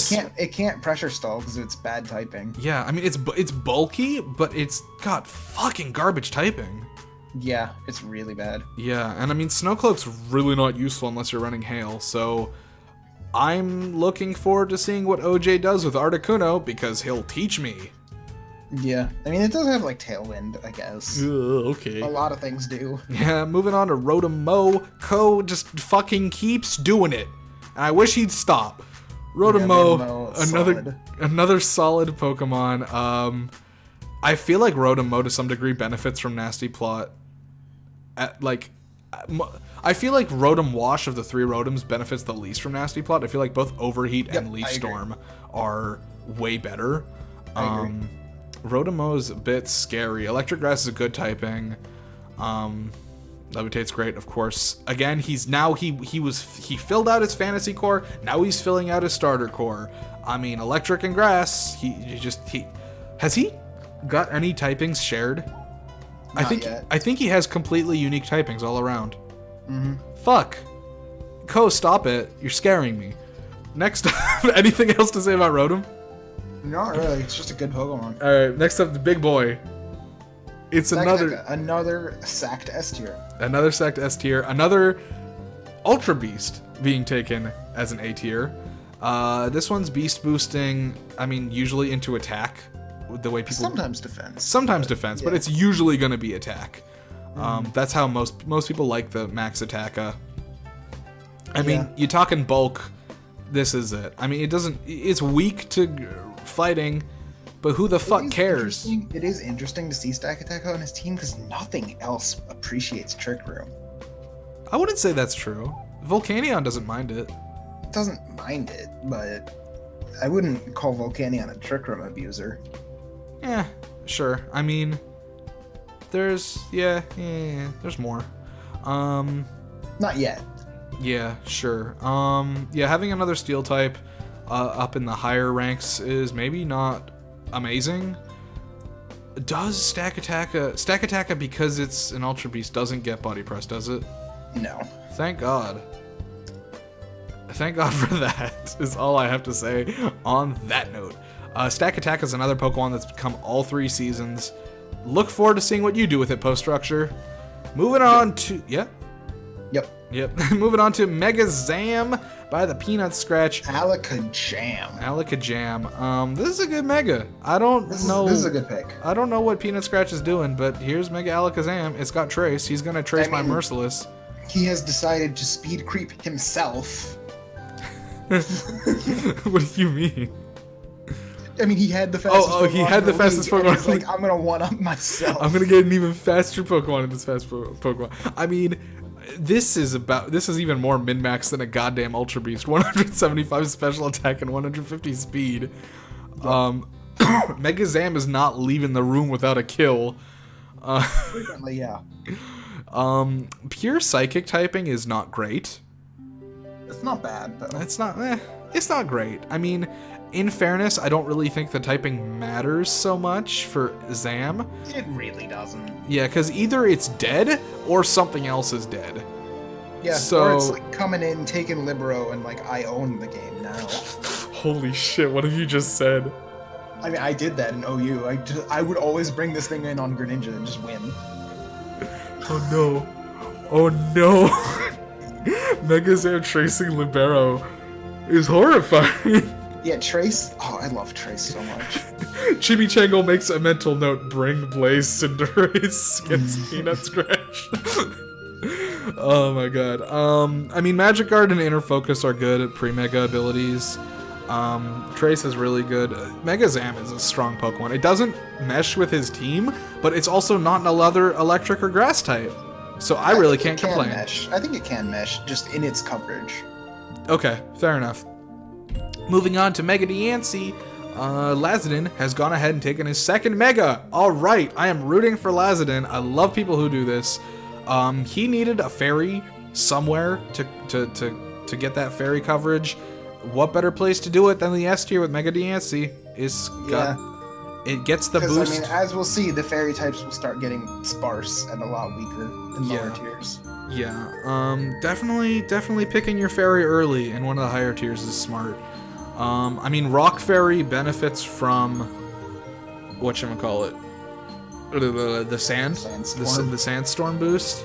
Another thing about Mega Diancie and Mega Steelix that I actually think is really useful here that is maybe not true with other double Mega teams is that both Steelix and Diancie can function without an item. Yeah. There are a lot of Pokemon that rely on a hold item, so if you run the Mega version of it, you're sort of forced to go into the Mega, or else you're kind of shit out of luck. Diancie can run fine without anything, and Steelix can run fine without everything. Sure, they appreciate a weakness policy or a leftovers or whatever, have it, but you can bring both of these to a game, have one of them Mega Evolve, and just have the other one without an item be fine. Yeah. Which I think is really cool. It's also a Magic Bounce user and Clear Body. I mean, that's a great... Starting off with a Clear Body going into a Magic Bounce is about as good as it gets. Yeah, it's very good. Yeah, you come in, you don't give a shit, and then you just, like, nobody can use any move that would get bounced back on the first turn. Mm-hmm. Moving on to Skarmory with Dusk. Skarmory is here. Yeah, I don't know. It's pretty good. It's got Tailwind. It's got Whirlwind. It's annoying. Yeah, Skarmory's annoying. I mean, Dusk loves that, I guess. I mean, I look at his team here. Yeah, he loves that. It's a Steel type is nice for him, definitely. Sure. Yeah. He hasn't really covered much core-wise. Not a whole lot, but Yeah. I mean, he's got Fairy Steel. He's got the Grass And Fire. Yeah. and Fire. Eh. He doesn't have any completed cores, and we're 5 picks in. Yeah. But yeah, It is what it is. Moving. I think Skarmory is a solid addition. So, looking at the end of the round here, who would you say it is? I want to give it to I kind of want to say Milotic. Milotic, I was thinking about Milotic. Also, sort of like, I like the Mega Diancie, not so much as Mega Diancie, but just the combination of Diancie and Steelix I really like. I mean, Swampert's a given. Yeah, Swampert's a given. Swampert's a given. Milotic's really good. Toxtricity, I think, with all those ghost types is really good. Shaman. Yeah, Shaman's finally started like making my team go like, oh, there's the synergy. It's Shaman. All right, let's move on to the next round. I think in terms of synergy, Shaman is up there, like as maybe one of the highest picks of this round. Alrighty. Moving on to the next round. I think we're on 6 now, maybe. Leading out Gyarados as another flying type. Intimidator number 3. Oh boy, and this one's also got Moxie. It's got the exact same abilities as Salamence. This one's quad weak to electric, but honestly, I don't really think Dusk cares. Yeah, I mean, he's got Lightning Rod. He's got Lightning Rod. He's got the Aurora Veil. But this completes his Fire, Water, Grass. And there you go. It's always good to see. I don't know. We saw Gyarados last season. It didn't impress me then.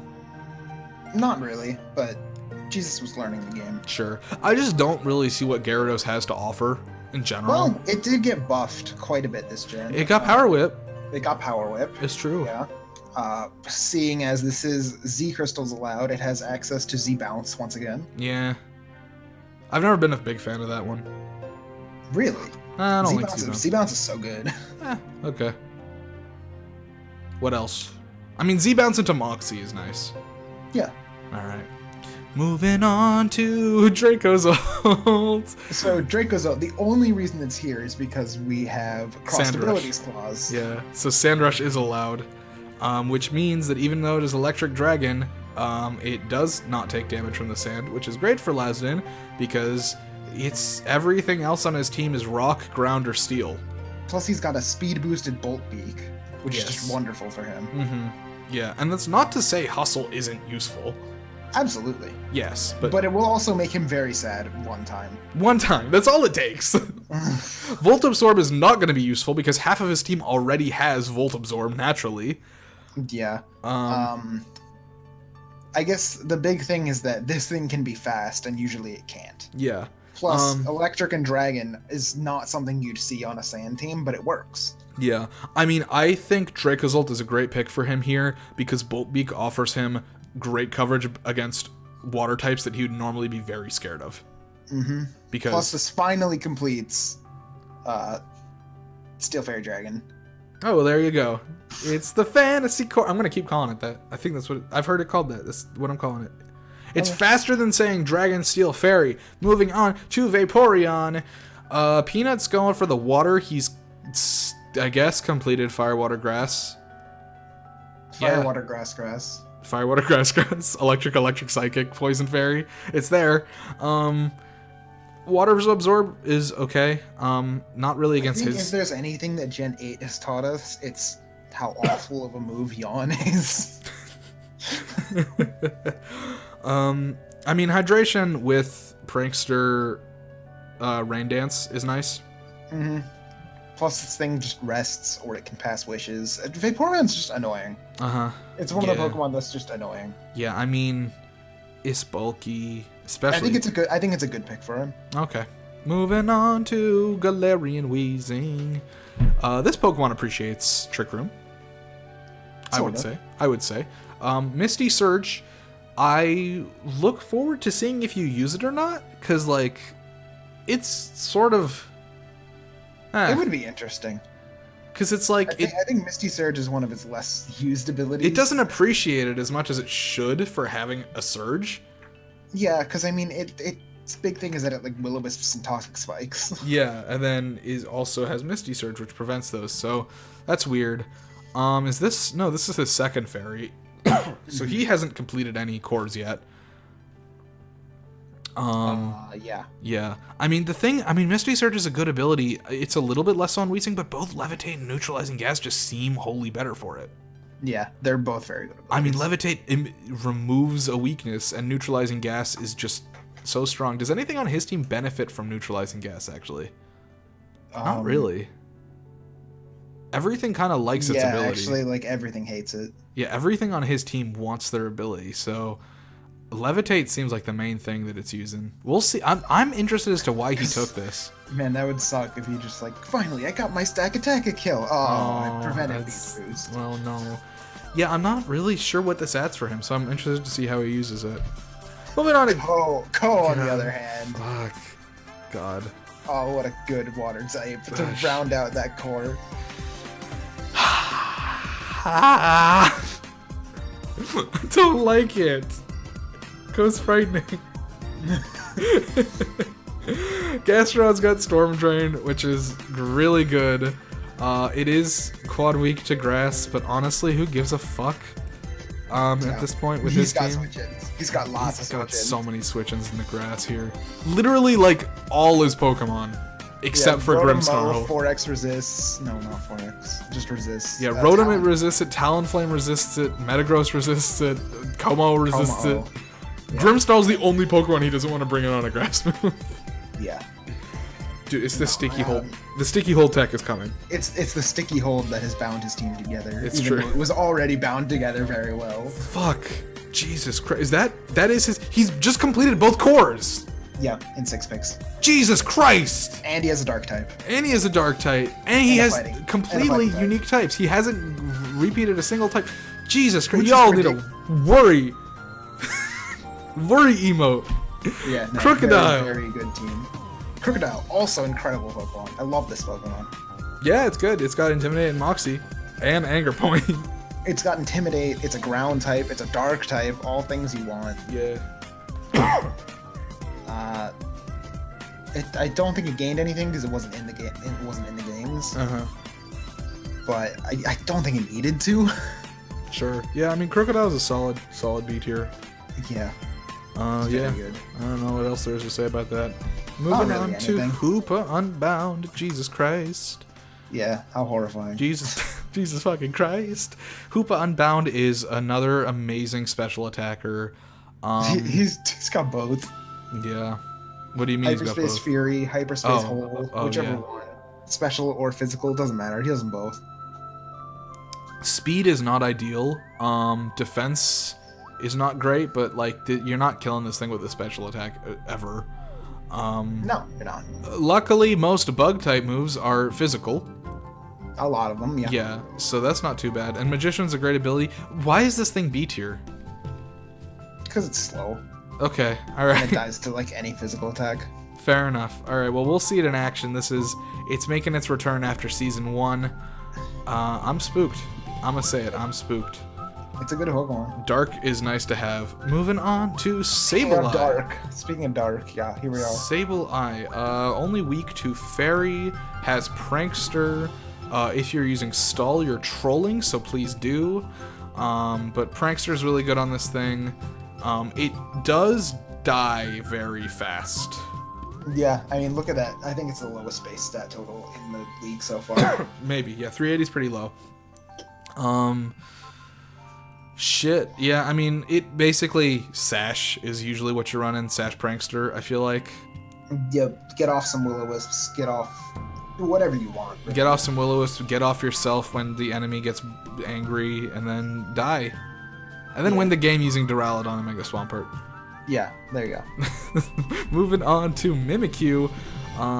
Wobble taking his Fairy type here. And a Ghost. And a Ghost. Disguise is a good ability. It has been nerfed slightly because now Mimikyu cannot sash through a Disguise. It takes a little bit of damage when Disguise is broken. Yep, takes 1/8.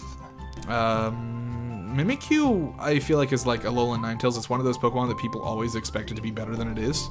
Yeah, I've always been of the opinion that Mimikyu is just not good. Uh-huh. I mean, it certainly has its niches. Like, it's very good at setting up Trick Room. Mm-hmm. Did we see it last season? I know we saw it season 1. Did we see it last season? I don't remember. I don't think so. I'm looking forward to seeing what you do with it, Wobble, but not particularly impressed. I don't know. It's just not a Pokemon I've ever liked. Uh-huh. And I don't really think it does anything for his team either. It's surprisingly his second fastest Pokemon. True that. Alright. Right after Volcarona. Moving on to Zoroark. Speaking of disguises, this one's got a disguise of his own. Yeah. Zoroark, mind games abound. Having the dark typing is nice. Still not completed any cores yet, but he's working on it, I guess. Yeah, I mean, cores aren't required. They're just there. They're useful. They're just good guidance. They're good guidance, yeah. I mean, Zoroark's got great special attack. Especially, I mean, I don't know how much Pokemon a lot of people in Quick Ball have played, but I'm interested to see how Zoroark predicts Go. Yeah. I mean, Zoroark's a Pokemon you have to be worried about always, just because that's what it does. Yeah. I mean, it gets one nasty plot off because you thought it was a Sunkern. And that's it. I mean, what does he have that would be scary to have it be? Wait, hold on. If you Mega Evolve, can it become Mega Gallade or will it become regular Gallade? It'll become Mega. It'll be whatever it is. Oh, interesting. Okay. So, like, if you bring it in before you Mega Evolve the Gallade, it's just going to be regular Gallade? Yeah. That's funny. That's cool. Okay, here's something I've never thought about. What happens if you send out Zoroark and the Pokemon Zoroark is disguised out at the same time? That's not how it works. Oh, no? It disguises itself as the Pokemon in the 6th slot. Oh, currently in the 6th slot. Yeah. Okay. I was gonna say, could I just have fucking double Aegis-Slash out? I guess the thing that would be optimal here is to disguise it as Keldeo, because then people would think it's weak to Psychic and it's a Dark type. Okay. I can also see disguising as Aegis-Slash, though. Yeah, I could too. Moving on to me. I got the Mega Camera up. People talking shit about my boy Mega Camera up. I'm gonna fucking prove all you wrong. I've heard from so many people, Mega Camera is bad. Why are you using it? Bitch, fucking catch me with this 145 special attack sheer force boosted heat wave. I will show you. Yeah, Camera Up does a lot of damage. He's big slow, but he's got a lot of damage. He's got a lot of heart too. People talking shit, but my boy got heart. He got heat heart. He got Volcano. Plus, he is a certified member of Team Magma. It says on his forehead. It says on his forehead. If only there was Mega Sharpedo here for me to fight, that'd be great. I mean... See you at round 10. Fuck! I mean, sure, he's, like, super weak to water, but if you've got a sunny day up, I mean, between his, defenses and HP and a sunny day, he's living it. Maybe. What do you mean, maybe? I mean, maybe. He's got 110, 105, and 70 in water. It's fine. It's great. It's going to be good. It's going to be good. I'm never going to let the water hit me because that's the point, because you got Solar Beam. I got, what? Because you got Solar Beam. Oh, yeah, it's true. I also get growth. I grow bigger. I get +2 in Sun. Yeah. Instead of +1. Okay, next up we have one of the most horrifying picks of the whole season. Oh, Jesus. Oh. I mean, we discussed you grabbing this with Instruct. I'm honestly happy Diggory took it instead. Because at least when Diggory uses it, I can just be like, well, fuck Diggory. But if you use it, I have to be like, well, fuck Hamsterwings, and you're my best friend. And I don't want to say that. Greedent's garbage. I hate it. It's the worst. It's a B tier. It's stupid. Cheek Pouch. I hate that it's good enough to be a B tier. Cheek Pouch. Stuffed Cheeks. Citrus Berry. End my life. It's so body press. It's bad in like standard play, but in a draft league, it's like this is just crazy enough to work. Fuck. That's like the summary of Greedent. I have nothing else to say about this mod. Moving on to Alcremie. Alcremie is great. Alcremie is fucking so good. Holy crap! Alcremie is like twice the size of Greedent. It's fine. It's huge. I've said it. I've said it here. It's great. Don't worry about it. So, we were talking about C-tier fairy types not being the best. I feel like Alcremie is kind of the exception to that. Yeah, keep talking. Okay. I wouldn't say it's great, like amazing. Yeah. No, not Yeah. by any means. It's definitely still a C tier, but I think for how long I put off my fairy type, I think making out with alchemy is a pretty good deal. Ooh, I'd make out with alchemy. It's pretty sweet. That's not what I meant. That's what you said, though. Sweet Veil and Aroma Veil, great duo of abilities to have. I have quite a few monotypes on my team. Mm-hmm. My Nothing Steel wrong with Fairy that. Dragon Core is entirely monotypes. It's true. And they're all good Pokemon. Alchemy also, I just feel like Decorate is gonna be useful. Decorate is definitely a very interesting move. Mm-hmm. It's a lot of fun to use. It is. Aroma Veil very much helps me with Oranguru. Because basically everything it does, Taunt just shuts it down entirely. Mm-hmm. Alright, moving on to Torkoal. So Stormy has gone ahead and lived up to her name. She had the rain, now she's got the sun.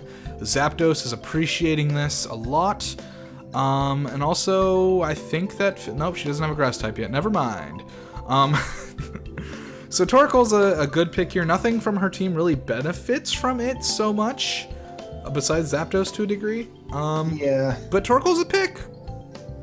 I think Torkoal's a pretty good pick. It's Yeah. a good fire. It's a standard fire type. It's got like Solar Beam. It's got Earth Power. It's got Body Press. It's got some good moves. Yeah, I mean, fuck, Body Press on this thing is stronger than you'd think. Yeah. And most people don't realize it has it. So there Also, you go. you can do Shell Smash Baton Pass. Do it. Next Not up, really. next up I we meant got. Shell Smash Eject Pack, which Oh. is hilarious. Next up we got Delmise. I hate you. Oh, okay. So Delmise is in. Don't say Delmise. Why? It's not its name. Okay. So this is his third ghost type, which again, Oh my gosh. What? It is. that's a bit of a problem, but in fairness, it did just complete his Firewater Grass core, and with Steelworker, it is now 2/3 of his way through his Fantasy core. Well, I wouldn't quite say that, but It has Steel Stab. It doesn't have the Steel Resists, but it does have Steel Stab. Delmise oh is my just... gosh, he can really boom burst just anything. He really... Everything on his team doesn't give a shit about Boomers. It's great. I mean, Steelworker's a great ability. Delmise is such an interesting Pokemon that I always love seeing. So, Jesus, don't let me down. Don't do it. Or do. No, don't, actually. I want Delmise to be MVP. Moving on to Meloetta. So Meloetta here, obviously, well, not obviously, people may not know this. It has the two forms. It switches using Relic Song. Relic Song is a move, I think it's a normal type sound move that has a 10% chance to put you to sleep, so Rain Grace boosts that to 20, which switches it from a normal Psychic type to a normal Fighting type, and the stats move around, basically making its attack and speed higher, and lowering its special attack and special defense, I think. Yep. So it basically just swaps the stats around a bit, kind of like Aegislash. Meloetta is another Pokemon I was considering. I mean, Chimichingle and I had a lot of overlap originally, and then I just decided to drop my theme entirely. Meloetta is interesting. I don't necessarily think it's good, but I think it's interesting. Yeah. I mean, I don't think it's good either, but I think it's interesting. I think there's stuff it can do. Oh wow, really? You think so? No, I think there's options, there's fun things to be had with this Pokemon. See, if I could have like Pirouette form just only, I would use this Pokemon a lot more. No, but you have to switch over to it. Yeah. It's good though. I like Meloetta. It's fun, and we'll see how that goes. So this round, honestly though. So now we're thinning out the amount of picks that are good. Hoopa's up there. Dracozolt's up there. Dracozolt's up there because of what it offers, Lasden specifically. Not Greedent's his Greedent. worst pick. Yeah, don't mess with Greedent. I think Alchemy is okay eh. in terms of like how it compares to other things. I'm gonna It's show y'all what Mega Camerup's. I'm gonna show you I mean, all. Mega Camerup's a good pick. I like Zoroark, because Zoroark's kind of like my sleeper pit of this round. Uh-huh. But I think overall it's Dracozolt. Yeah, I think, Dracozolt and Hoopa are where it is. Moving on to the next round, we got Mega Bayonet. Mega Bayonet's got that fucking 165 attack and Shadow Claw, and that's about it. Is Mega Bayonet a girl? Yes. It is? Trust me, I've seen the Rule 34. I wish I hadn't sometimes. That's not what I asked. Oh. That's not what I asked. Okay, well, there you go. The Mega Bayonet's got that 555 base stat total. It's quite good. Yeah. So if only it were 666. No, Mega Bayonet's that interesting in that it has 165 attack and Shadow Claw, and that's about it for physical attacks. It's got Gunk Shot. It's got Gunk Shot. It's true. It's got Poison, which is generally not a very good attacking type. Yeah, Mega Bayonet's such a weird Pokemon that like doesn't work. Yeah, it's... But like it should in theory, but it doesn't. It's slow, it's frail, with a high attack stat. It circumvents its slowness with Prankster, which doesn't take advantage of its attack stat. Yeah. So Mega Bayonet is it's a weird mishmash of stats that just don't work together. So if Chimichangle uses this and kills someone, I'ma say, hey, nice, cool. I mean, he's got Shadow Sneak, I guess. That's not bad. It doesn't work with Melodic, though. Melodic? Or sorry, Serena. Serena doesn't prevent your side? Really? Oh. Yeah, just the opponents. Oh. Shit, I'm learning so much. We got Orbeetle. Orbeetle is a sleeper... What? I love this Pokemon. This Pokemon is so good. I'm so glad Orbeetle got taken. Orbeetle offers so much to any team. His stats are so weird. It's so weird, and they're great. I mean, his HP is not great, but he is bulky enough. Why does he learn Body Press? He learns Body Press. He's got Sticky Webs and Trick Room. So you figure out which side you want to be slow. He's got like Baton Pass. He's got Baton Pass. He's got Recover. He's got Recover. Substitute Calm Mind. This boy's got it. Yeah, he's just very diverse. Yeah. If you're using... Which I guess is to make up for his son, Blipbug, who learns one move. It's true. Struggle Bug. Swarm is not useful, but both Frisk and Telepathy can be. Frisk is amazing. It'll tell you what every item is. Mm-hmm. Telepathy's amazing because it makes you immune to Boom Burst. Oh. I don't think Jesus or I or anybody really realized how perfect Toxtricity is for his team. Why is Toxtricity doing this? Why can it Boom Burst to everything? He has 4 Pokemon immune to Boom Burst. Oh my god. Jesus, rename Team Boom Burst. Team Loud. Team Loud. Just be Team Yell, Jesus. I'm gonna do the Team Yell theme song for all of his fights. Okay, Kabutops, we got a Swift Swimmer here. So sort of, I think this was a snipe from Card Velocity, which doesn't surprise me at all. Kabutops, just like Kingdra, works very well in the rain. Doesn't come from Africa, but it gives one thing other than Zapdos the ability to really benefit from the rain. Jirachi sort of benefits a little bit from rain. Other than that, what I love about Kabutops is that it can come out in the rain, it can miss its stone edge, and then the rain ends. But you got the Blunder Policy, so it doesn't matter. It's like rain was there the whole time. Blunder Policy is a move we haven't talked about. It's bad. Hey, shush. No, it's great. Eject Pack's here too. Yeah, Kabutops is pretty standard pick for something to mesh with Pelipper. Yeah. Moving on to Mega Heracross, you got that fucking skill link, baby. Oh, I love Mega Heracross on this team. 185 attack with skill link and Oranguru. Welcome to the 10-hit wonder. I love this Pokemon so much on this team. Do tell. It looks so fun. It's got so many moves. It's got coverage that I didn't have. Pin Missile, Rock Blast are so good. Arm close thrust. Combat. I'd take close combat probably. Arm thrust. But yeah, just a really fun Pokemon to use. With its multi-hit moves. Yes. Onwards to Gothitelle. Diggory has waited for long enough. He's gone into his second A-tier pick. How could you pick Greedent and then Gothitelle? Yeah, What this wrong is with you? horrifying. Diggory, you're almost as toxic as Dusk. This is terrible. Get out of here. I mean, fucking Shadow Tag. Yeah, Frisk and Competitive are both good abilities, but you've got Shadow Tag. Shadow Tag is the reason it's A tier. It would be C tier without it. Yeah, I know. Okay, so he's filled out. Yeah, Just how could you trap people in with Greedents? How could you do that? It's true. Why would you do that? Gotta get your ghost types, man. Yeah. Gotta get your ghost types. Jesus is gonna wipe the floor. Jesus, you gotta make it to play. Playoffs. Gotta make it a playoffs. Be Diggory with all your ghosts. Speaking of ghosts, here's Driftblam.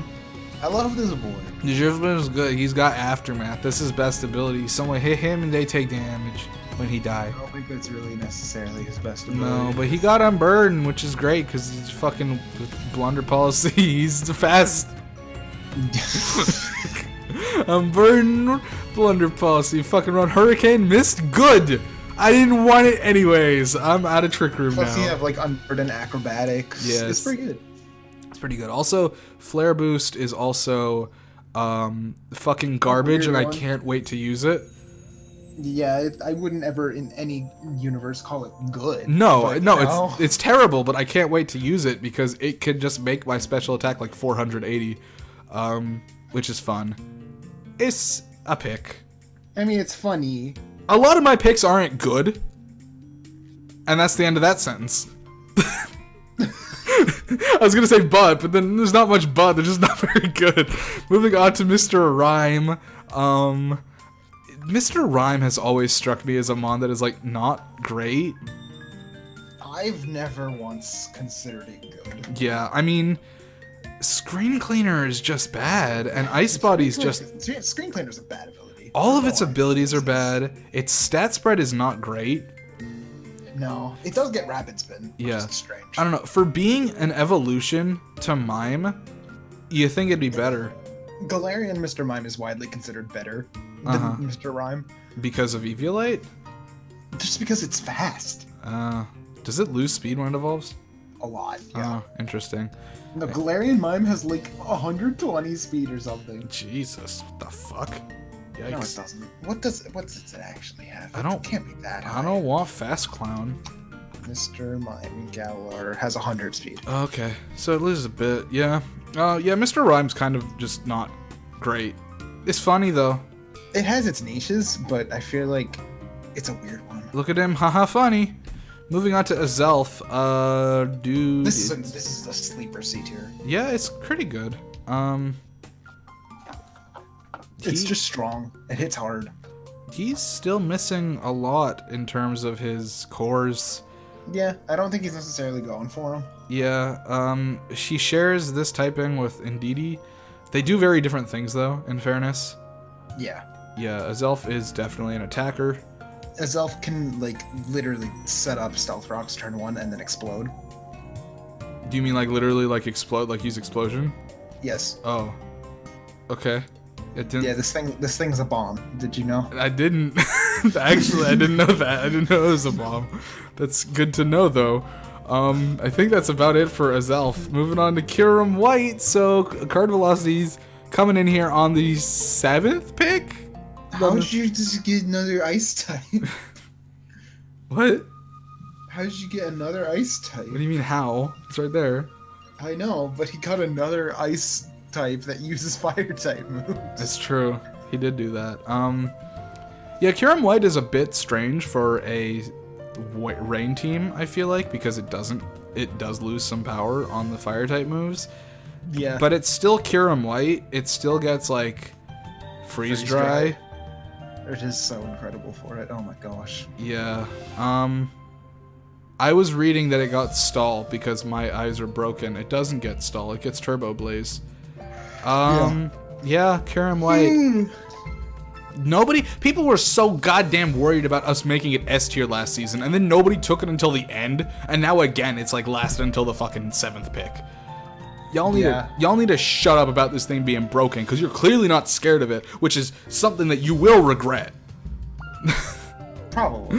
Moving on to Lapras. Lapras is another Pokemon that I'm like, why is this thing C tier and not B tier? It's power. What? Am I wrong? Wait, why would it be B tier? It's bulky as hell, dude. It's an ice type. I mean, yeah. But it it still dies to a close combat. Yeah, I guess. Okay. I don't know, I feel like... Lapras is a weird one. I honestly don't see how it fits. Oh, to his team? Yeah. Like, I mean, I guess you have Semi-Rain now. Because you can run Lapras Toxicroak in the rain. Uh-huh. But... a lot of people with rain. This is like our third. I just don't understand how Lapras is good. I mean, Lapras does have one new benefit this time in that it has a spread water move that can pierce subs. What? It got Sparkling Aria. Oh. Nice. Yeah, I mean, this is, if he is planning on running some rain dance, this would be like our fourth person confirmed to be running some sort of rain on their team.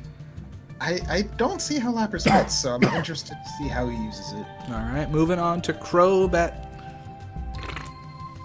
Crobat, this is just a good Pokemon. Yeah. This is an underrated doubles Pokemon. Yeah, I mean, neither of its abilities are amazing, but its speed is good, and its attack is alright. I don't know. Inner Focus is nice because it's so fast, and also it can't be faked out. Uh-huh. Yeah. I don't know. I don't see much to Crobat adding to this team. To this team. To this team? A real Well, sword? I mean, it's another Tailwind setter. A lot of his Pokemon aren't like super wall breaky powerful, and Crobat having Super Fang is very helpful for that. Okay, fair enough. Having a fast Super Fang, like, basically, like, look how weak Superior starts out. If you use Super Fang, get something to half, and then Leaf Storm to kill it, like, that will start the ball rolling on Superior. Okay, fair enough. Moving on to Cofagrigus. We know a thing or two about why this thing sucks. It's bulky, it's got the mummy. Pure Ghost type is, I feel like, not great defensively, but it's also not bad. It's decent. It's decent. I mean, it does have a couple of immunities, which is nice, but also being weak to Ghost is generally something that you don't like. Yeah, especially not when you're kind of weak on special defense. Yeah. I mean, it's a good user of Pain Split. Yeah, for sure. Yeah. Moving on. Also, it gets Trick Room, right? Yeah, and it also gets Talk to Spikes now. Oh, what? Okay, alright. Moving on to Starmie. I don't know how this thing has 115 speed, but it do. Yeah, it's very quick. It's very quick Mon. It's his fastest one so far. Yeah, plus it learns Rapid Spin. Yeah, I mean, Illuminate is literally worthless. Competitively not useful. Yeah, Analytic also. Isn't Analytic the one that like makes you do more damage if you attack second? Yep. So that's not useful. So it's got Natural Cure. Natural Cure is good. Yeah. I mean, this thing won't be paralyzed, which is very good for it. Yeah, well, it will be. Just leave then. Yeah. What does it do? What does it do? Yeah, like what is Starmie useful for? I mean, it's got Dazzling Gleam, it's got Psychic, it's got Grass moves, it's got Water moves. It's got a lot of coverage. Okay.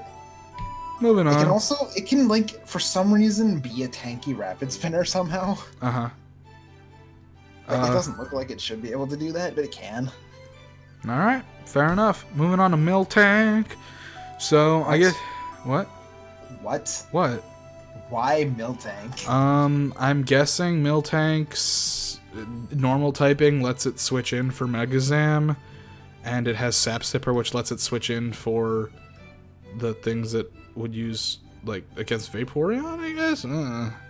I guess. I don't know. Miltank, I guess it can get the boost from Zeraora with the Plasma Fists. Yeah, it could. I don't know. Miltank's a weird-ass pick. Yeah, it's a strange one. Yeah. All of his picks have been strange. It's true. Xatu, though! Xatu is our C-tier magic bouncer.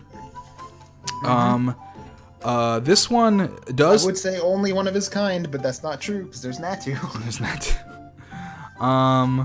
Xatu is does take damage from the sand, but that's okay.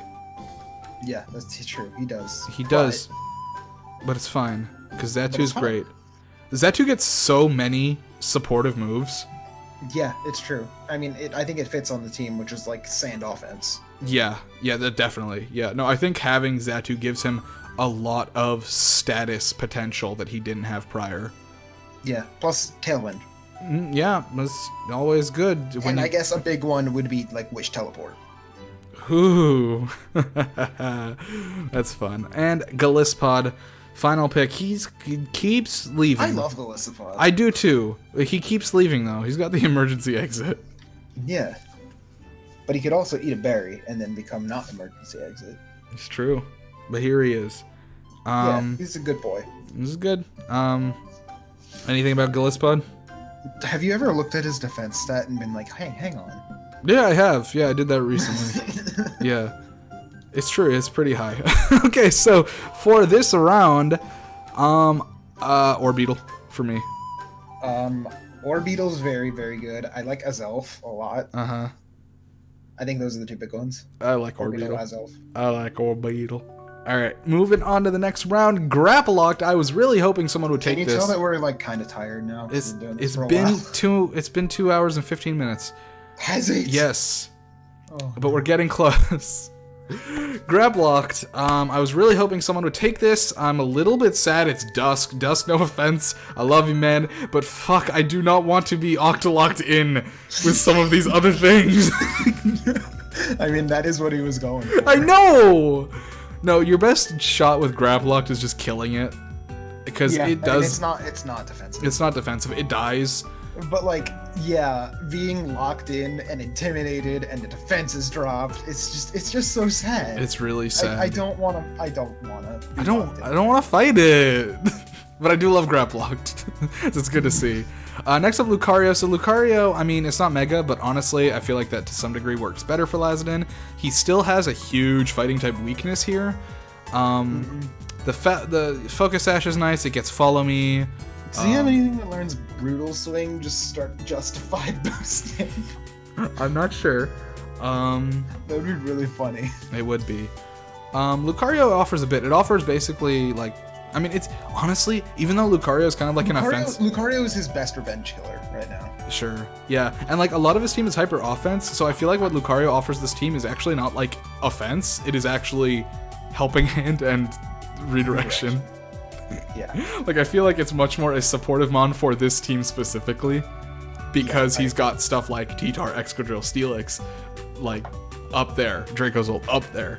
Yeah. Moving on to Swampert. It's the regular one.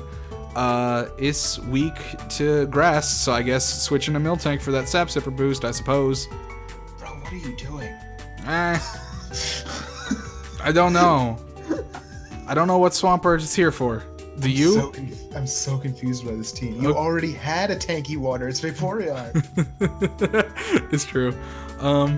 Yeah. This team makes no sense to me again. Maybe he'll use it. We'll see. I'm so confused. Next up is Murkrow. Murkrow, I mean, prankster user with making a return. Making a return. Glad to see it. Honestly, nobody's ever taken Honchkrow, and that makes me sad. I want to take Honchkrow.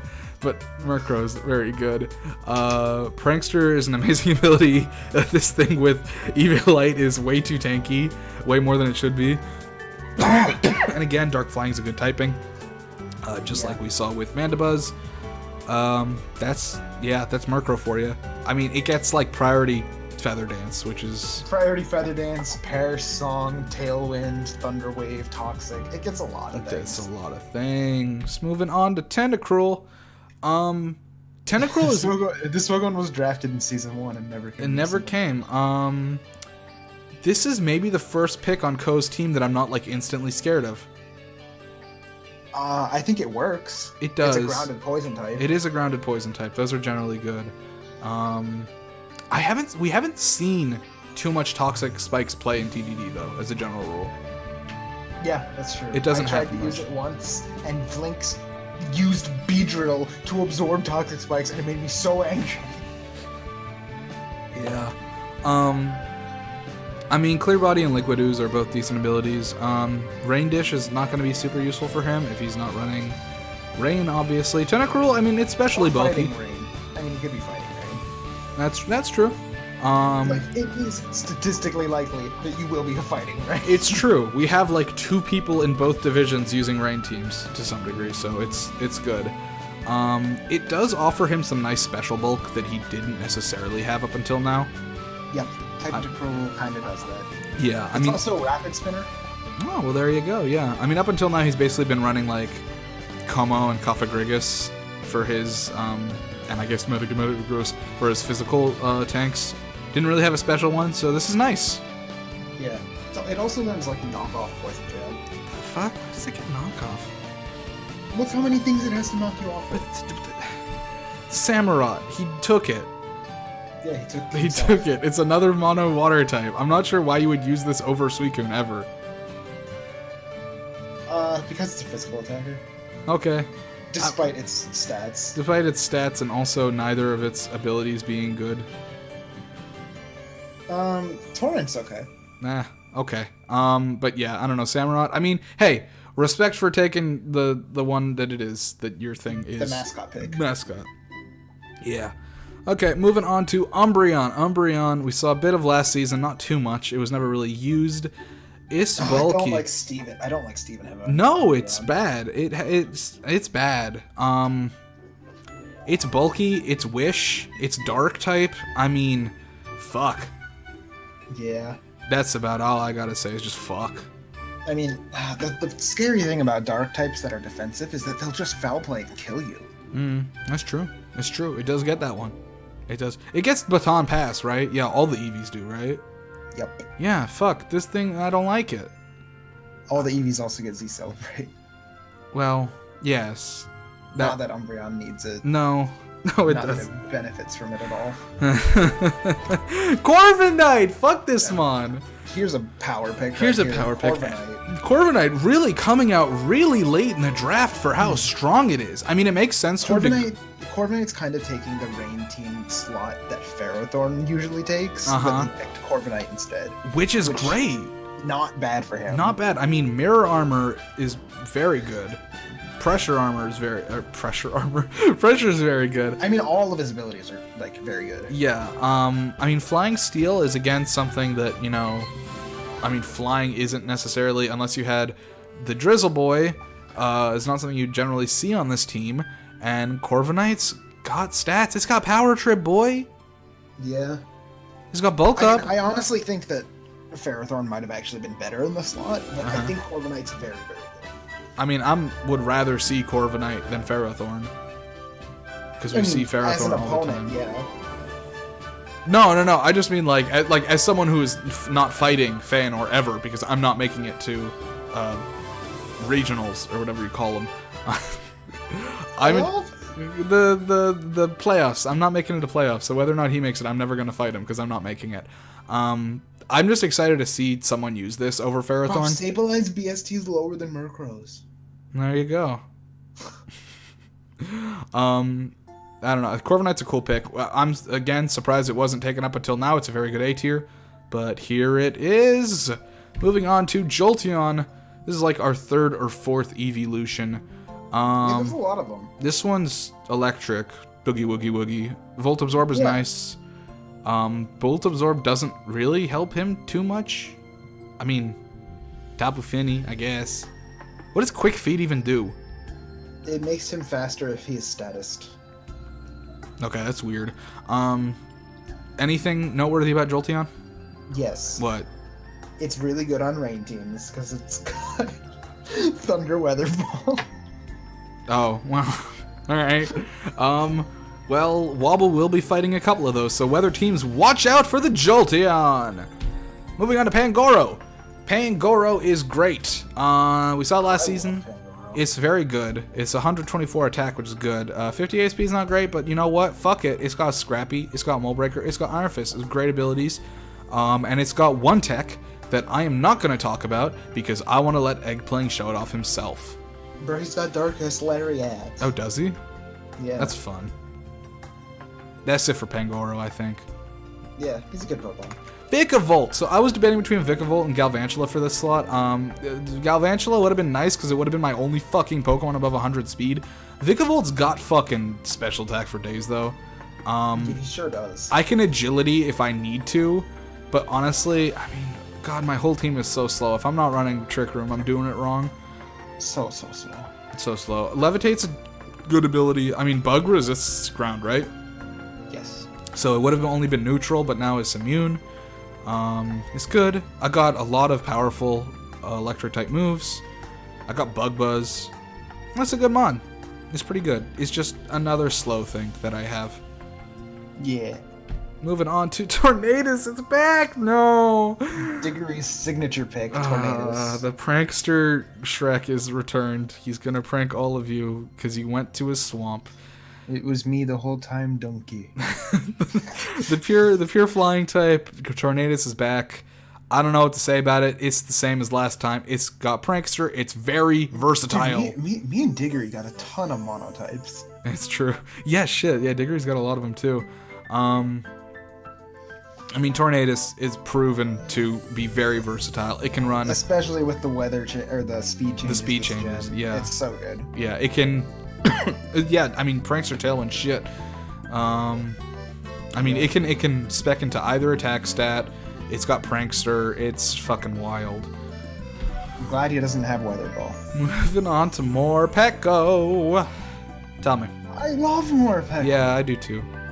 First of all, just look how cute he is. He's cute. He's a bean. Look at his stupid tooth. Yeah. Just makes you want to punch him in the face. Fuck. Oh no. Punch the bean. He's also got Aura Wheel. Yeah, Aura Wheel is kind of the only reason to pick this Pokemon. It's a 110 base power move that boosts your speed by 1. So good. And it switches type. Its type depends on what color Morpeko is. So it's either electric or dark, and it switches every turn. Yeah, but the cool thing is that I've got Oranguru. That's just an agility, but also damage. Lots of damage. Yeah. I mean, like, Aura Wheel's good, and then it's like also 95 attack, which is like not terrible. Yeah. Plus this thing gets Fake Out and Parting Shot, which are both very good. Fuck, don't talk to me. Moving on to Shiftry. Stormy has completed her Fire, Water, Grass core. There it is. Another Pokemon weak to Ice. Watch out for Ice. So Stormy clearly has a Sun mode and a Rain mode. Yeah, basically. I mean, between Kabutops, Shiftry, Zapdos, and then both of her Sun Rain setters, she is truly embraced the Stormy Sunshine. Chlorophyll, that's what Shiftry's running. Does Shiftry get any fun things? It gets Heat Wave now. Hey, that's weird. And I think Solar Blade. Okay, that's weird. Well, that's actually not that weird. No, it's not. There he is. Oh, actually, Shiftry can go either weather because it also learns Hurricane now. Okay, alright. Well, there you go. The storm has become greater. And Primarina. I mean, Primarina's a good pick. Dude, he's got another singer. Yeah. It's true. Yeah, Toxtricity and Primarina. He's just Team Loud, dude. It's great. I mean, Primarina's got Liquid Voice. Wasn't he Team Loud last season too with Como and Mega Gardevoir? And Mega Gardevoir. Yeah, he just loves yelling, dude. He's just screaming it up. I mean, Liquid Voice is an amazing ability. Water Fairy is a good typing, and I mean, Primarina, again, proven last season. Big threat. One of the only Pokemon in this entire draft so far that has Life Dew. Well, Life Dew's not good. It's 25% of both Pokemon. It's okay. It's not good. It's okay. It's not good, though. No, it's not good, but it's okay. Don't use it. It's not useful. Boy. I mean, yeah, Primarina is just solid. Mm-hmm. It is. Miss Magius! Actually, hang on. A hilarious thing that I thought of for Primarina. Yeah. If Toxtricity gets burnt, you can Sparkling Aria to heal it because it's a sound. Because it's something that takes less damage. It's fucking stupid. Don't say words. Miss Magius. Yeah, what about it? It's a good fast ghost type. Yeah, it's decent. I feel like it's nothing. like one of the OG mystical fire users. Yeah, I feel like it's nothing to write home about. It is his. It is his second mono ghost type in the C tier. Yeah. I don't know. I don't know what much there is to say about Miss Mage. I enjoy it. It's cool. Like dazzling gleam, shadow ball, nasty plot. It's a good Pokemon. Yeah, it's alright. It's alright. It moves in mysterious ways. All right, so this round, I really like Shiftry. Okay, because of the double. Yeah.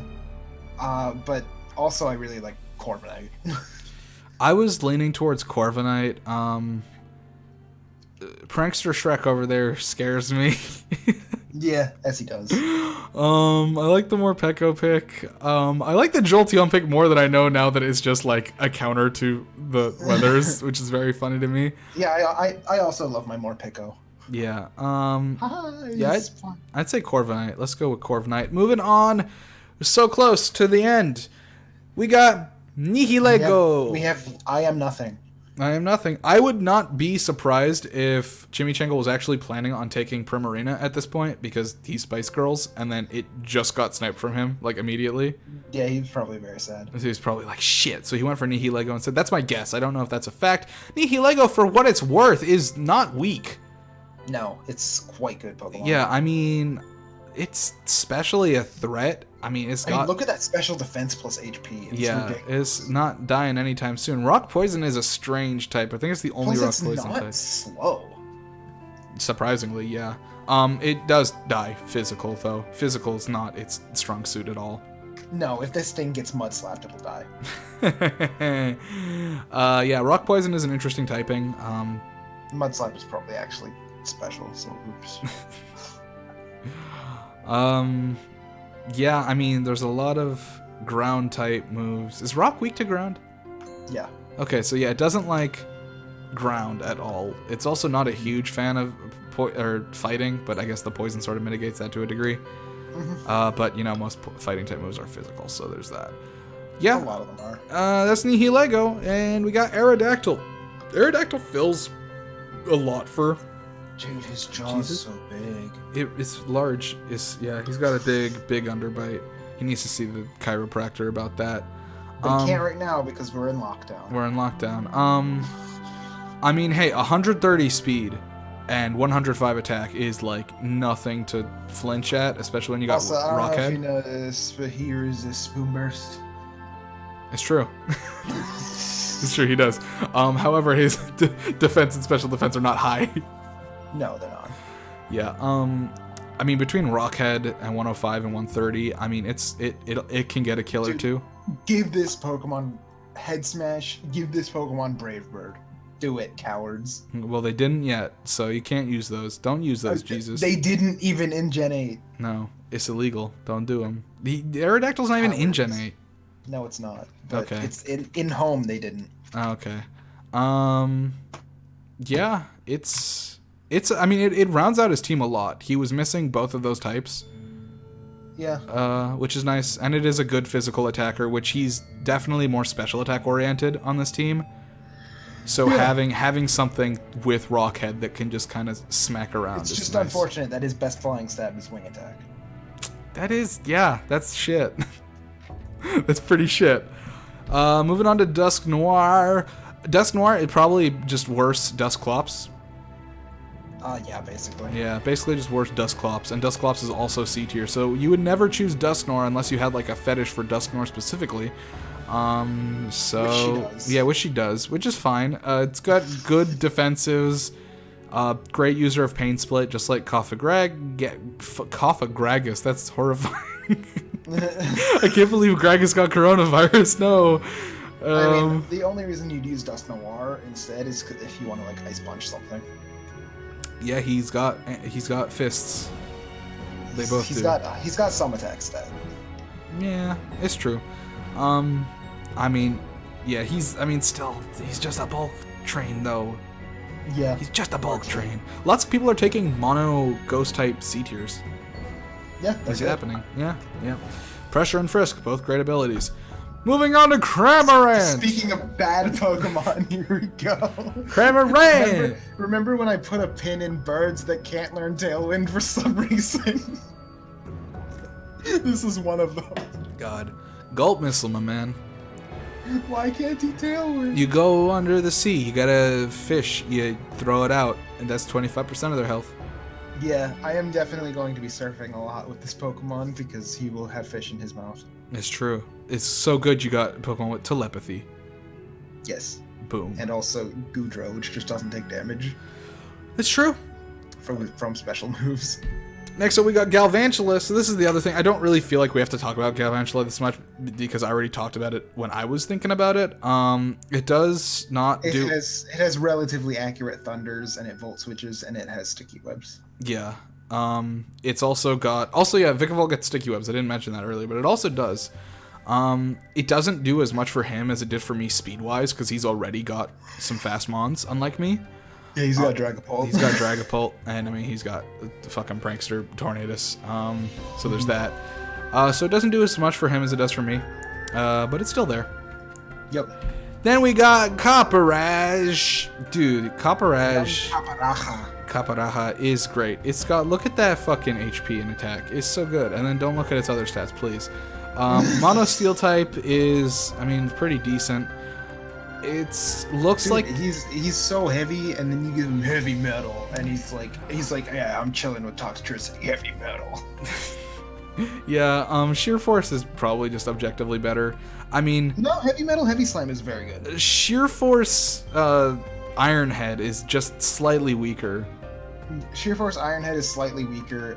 You got Sheer Force Play Rough. Yeah. You got Sheer Force, like, I don't know what else. There's other stuff. Heavy Metal is basically for Heat Crash and the Heavy Slam. Yeah, Heat Crash is the big one. Yeah. I don't know how useful it'll be, but fuck, I want to use Copperage so bad. Yeah. It looks really funny, and it feels like it would be fun to use. He lives in Roblox. It's true. He's good. Next up, Druddigon. Druddigon surprisingly more... Most people forgot this Pokemon. It's true. It's tankier than it lets on. It's also got 120 attack. And Sheer Force. And Mold Breaker. Yeah. Yeah. And, like, Glare, which is kind of... And Glare. Yeah, I mean, it really can go both ways. It can go attacker, because it has, like, a great attack stat and good attacking abilities. It can also just be a tank with rough skin.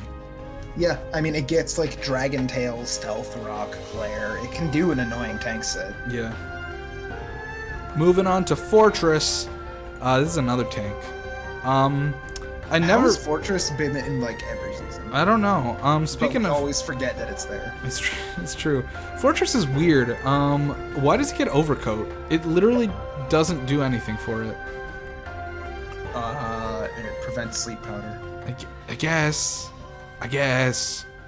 Yeah. Rage Powder. Not that you'd ever attack somebody with Fortress. That's what I'm saying, right? You're setting up the spikes. I mean, Fortress has got amazing physical defense, but also if you hit it with, like, Ember is dead. So there's that. Next up, we got Ribombay. Ribombay. Underrated C tier.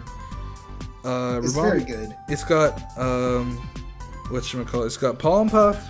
It's also got Pollen Puff, it's got Swap. Speed Swap, it's got Sticky Webs, it's got Moonblast, which is very not widespread in Gen 8. Yeah, that's true. Yeah, no, I mean, Speed Swap with the current speed things is interesting. It's basically like an After You. Permanent. Permanently, which is pretty cool. Sweet Veil's a decent ability. Shield Dust is alright. Honey Gather, I think, is useless. Yep. Yeah, its stats are not great, all things considered. But it is fast, and honestly, that's all it needs to be.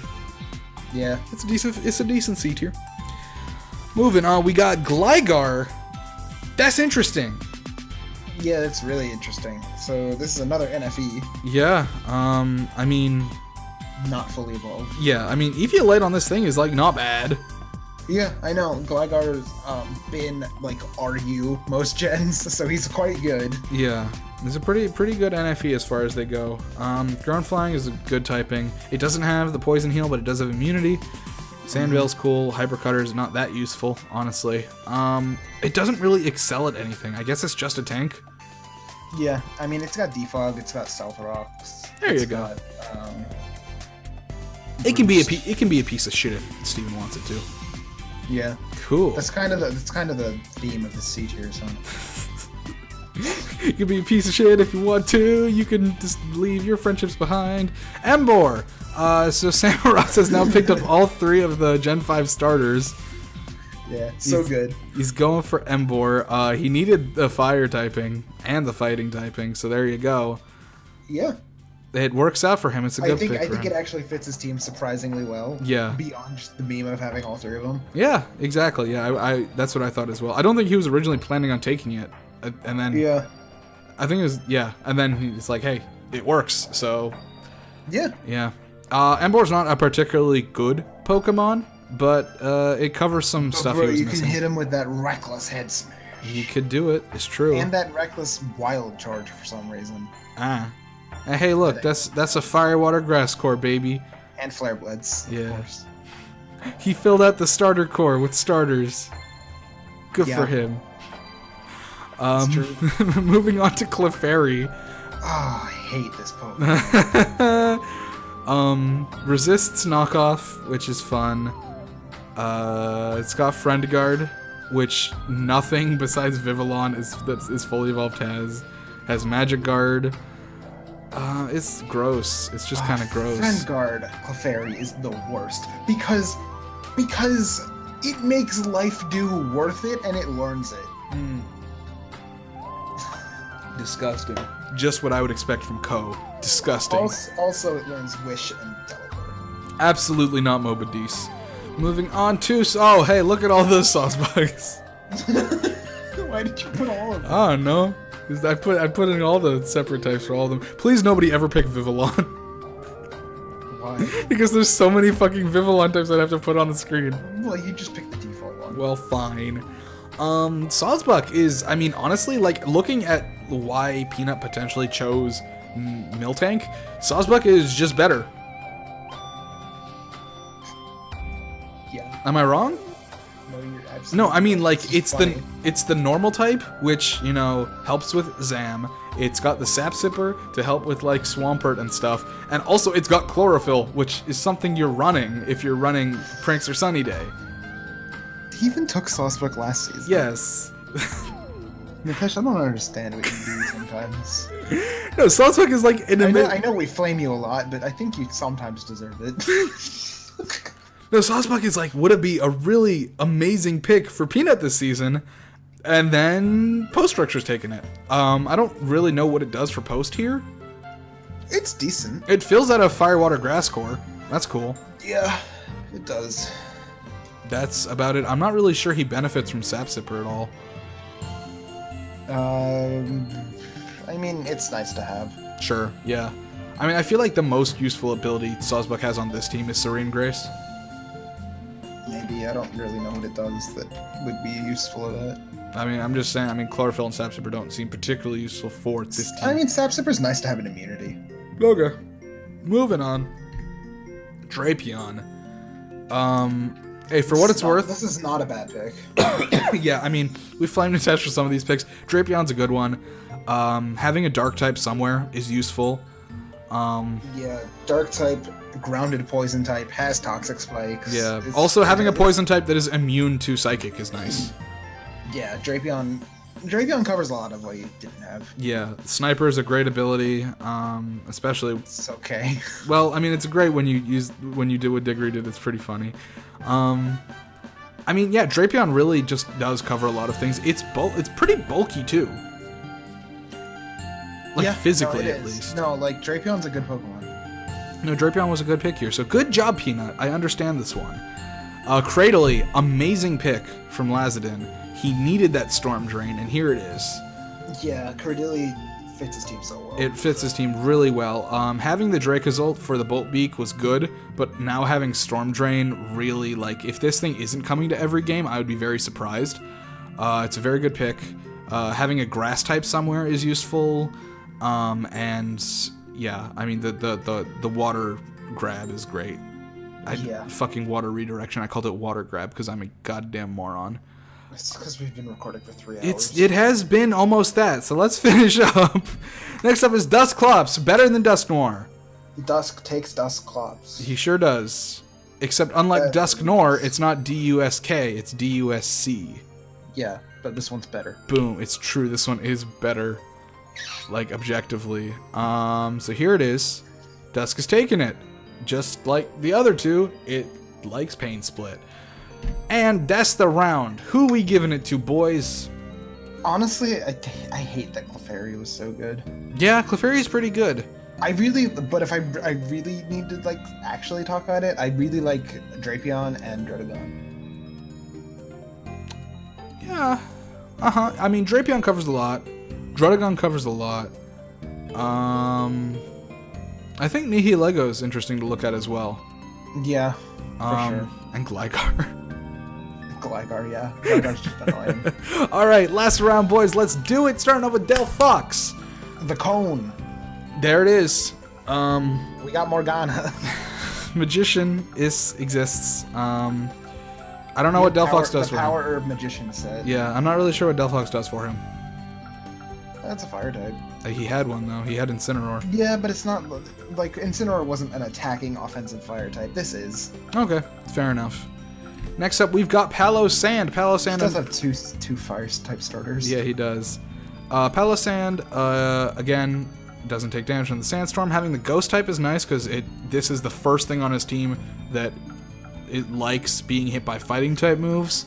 And, I mean, Water... Shore Up, almost always going to get that 75% heal. Yeah. Both Sandveil and Water Compaction are good. Yeah. I mean, like, Water Compaction is... I'd prefer Sandveil. Sure. I mean, 9 times out of 10, Sandveil is the right play. But that's not to say Water Compaction can't be used.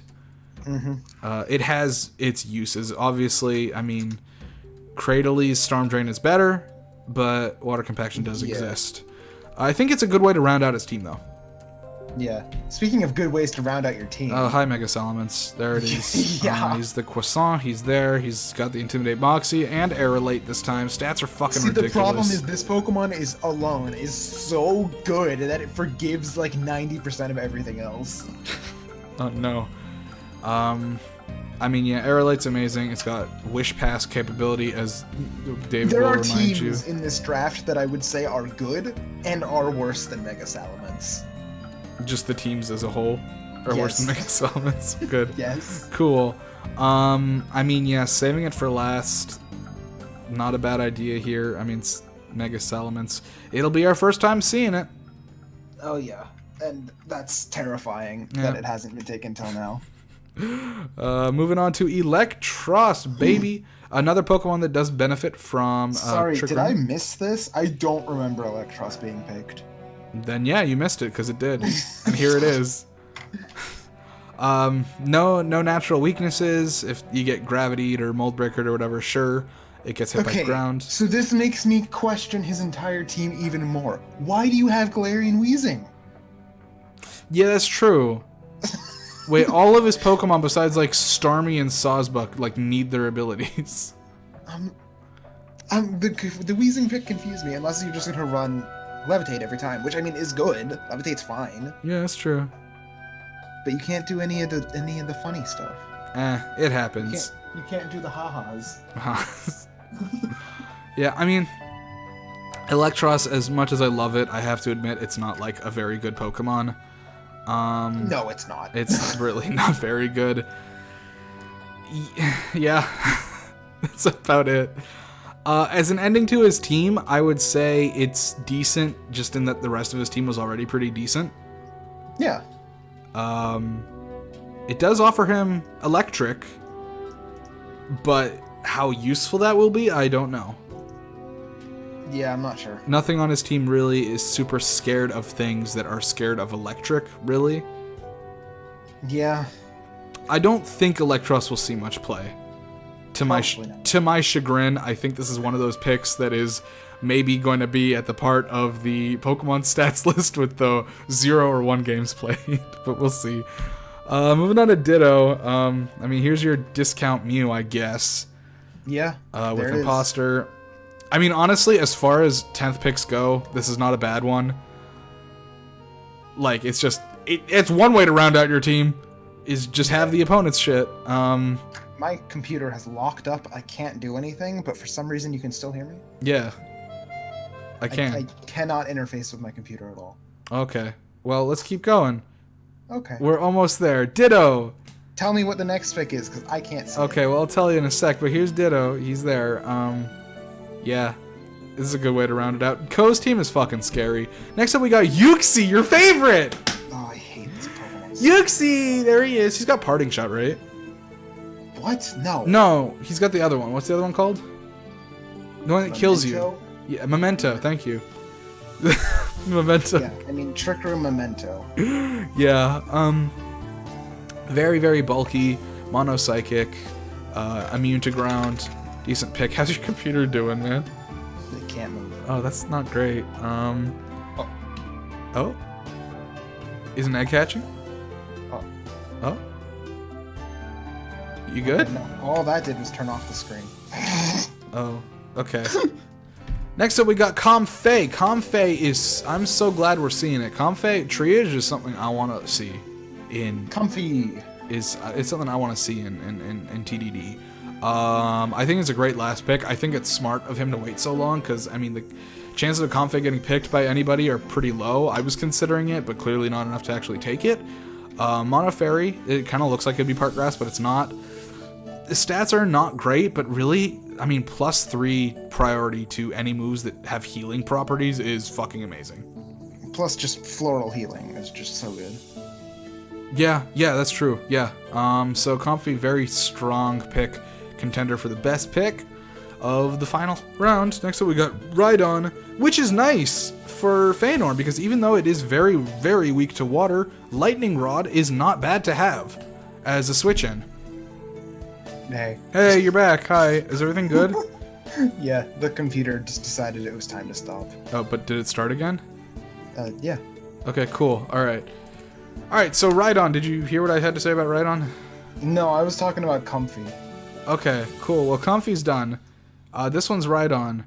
As I just said, double weakness to water is not great on a rain team, but having a switch-in Lightning Rod user is nice. I agree. So, honestly, I mean, I look at this team and it's like, I guess it's a rain team, but kind of not, and I love that. Yeah, I love that it's not a rain team. That's my favorite part. My favorite part is that it's not a rain team. No, I mean, it's definitely got some of the rain team, like, things that you'd see, like Mega Swampert, Kingdra. But then you just got shit like Duraludon, Kyurem White, and, like, fucking Rhydon, and Sableye and Rabombi. Like, what is this? Is this a rain team? Not really, but there it is. I can't wait for Speed Swap Sableye. There you go. What? Why?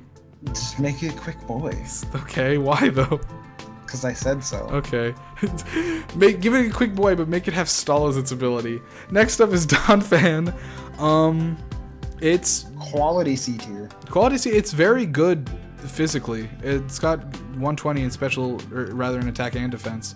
90 HP. Rather bulky if you're not hitting it with a special type move. Special type move. I'm dumb. This thing is a tire. Dude, we've been talking for like 3 hours. It's true. We're almost done though.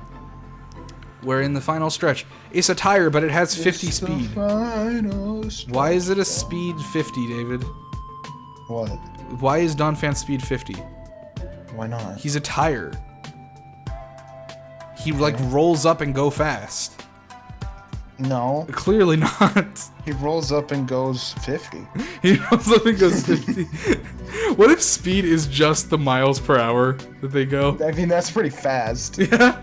Volcarona is a fucking 100-mile-per-hour fucking zooming. Horrifying. Azelf, the bomb with 115 miles per hour speed. That's illegal. It's illegal. In so many countries. Sandville is not useful for Wobble, but Sturdy's okay, I guess. Sturdy's pretty good. Donphan is... It's not useful particularly for his team, I think, but it is just a good C tier, so, like... he doesn't have a Mega, interestingly enough. Really? Yeah, Wobble took no Megas, so we'll see how that goes. That's pretty cool. Next up is Regigigas, the final boy. He's come back from Season 1. I want to see Eggpling. Eggpling is a fucking bird of the feather using Regigigas. I love him. It's not good. It's got slow start. No, it's strictly a bad Pokemon. It's a bad Pokemon. It'll be better next season when it gets like rest and protect, but not yet. And even then, it'll just be okay. No, it'll still be bad. Actually, I lied. Don't worry about it. Slow start exists. We'll see how he uses it. I'm coming in with the strongest pick of the season. It's Sigilyph. Sigilyph the A tier. Sigilyph the A tier. There he is. I'm a god. Fun fact, which is more fun for anybody else than me, Sigilyph has my highest speed.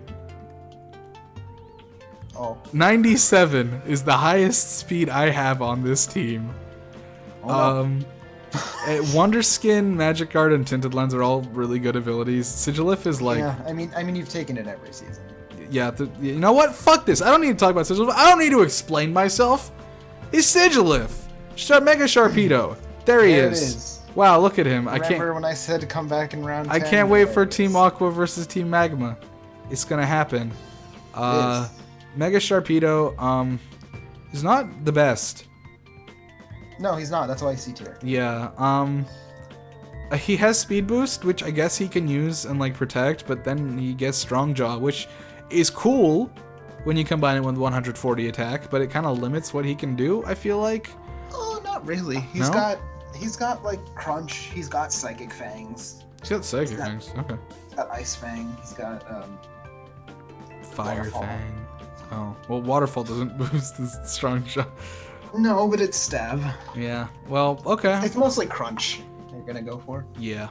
Well, yeah, there he is. Well, we'll see how my fight against Diggory goes. I hope he brings Mega Sharpedo. I'll bring Camerupt. It'll be great. Sharpedo beats Camerupt, but that's okay. Runerigus. Runerigus. That's a pick. It's a good one. And I think it sorely fits my team so well. I really do think it might be the best pick of this round, just because Runerigus covers up so much of what you needed.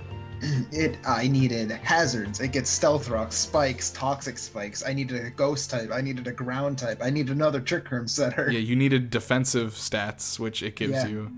Yeah. It gives you a lot. Runerigus has got it all. Yeah.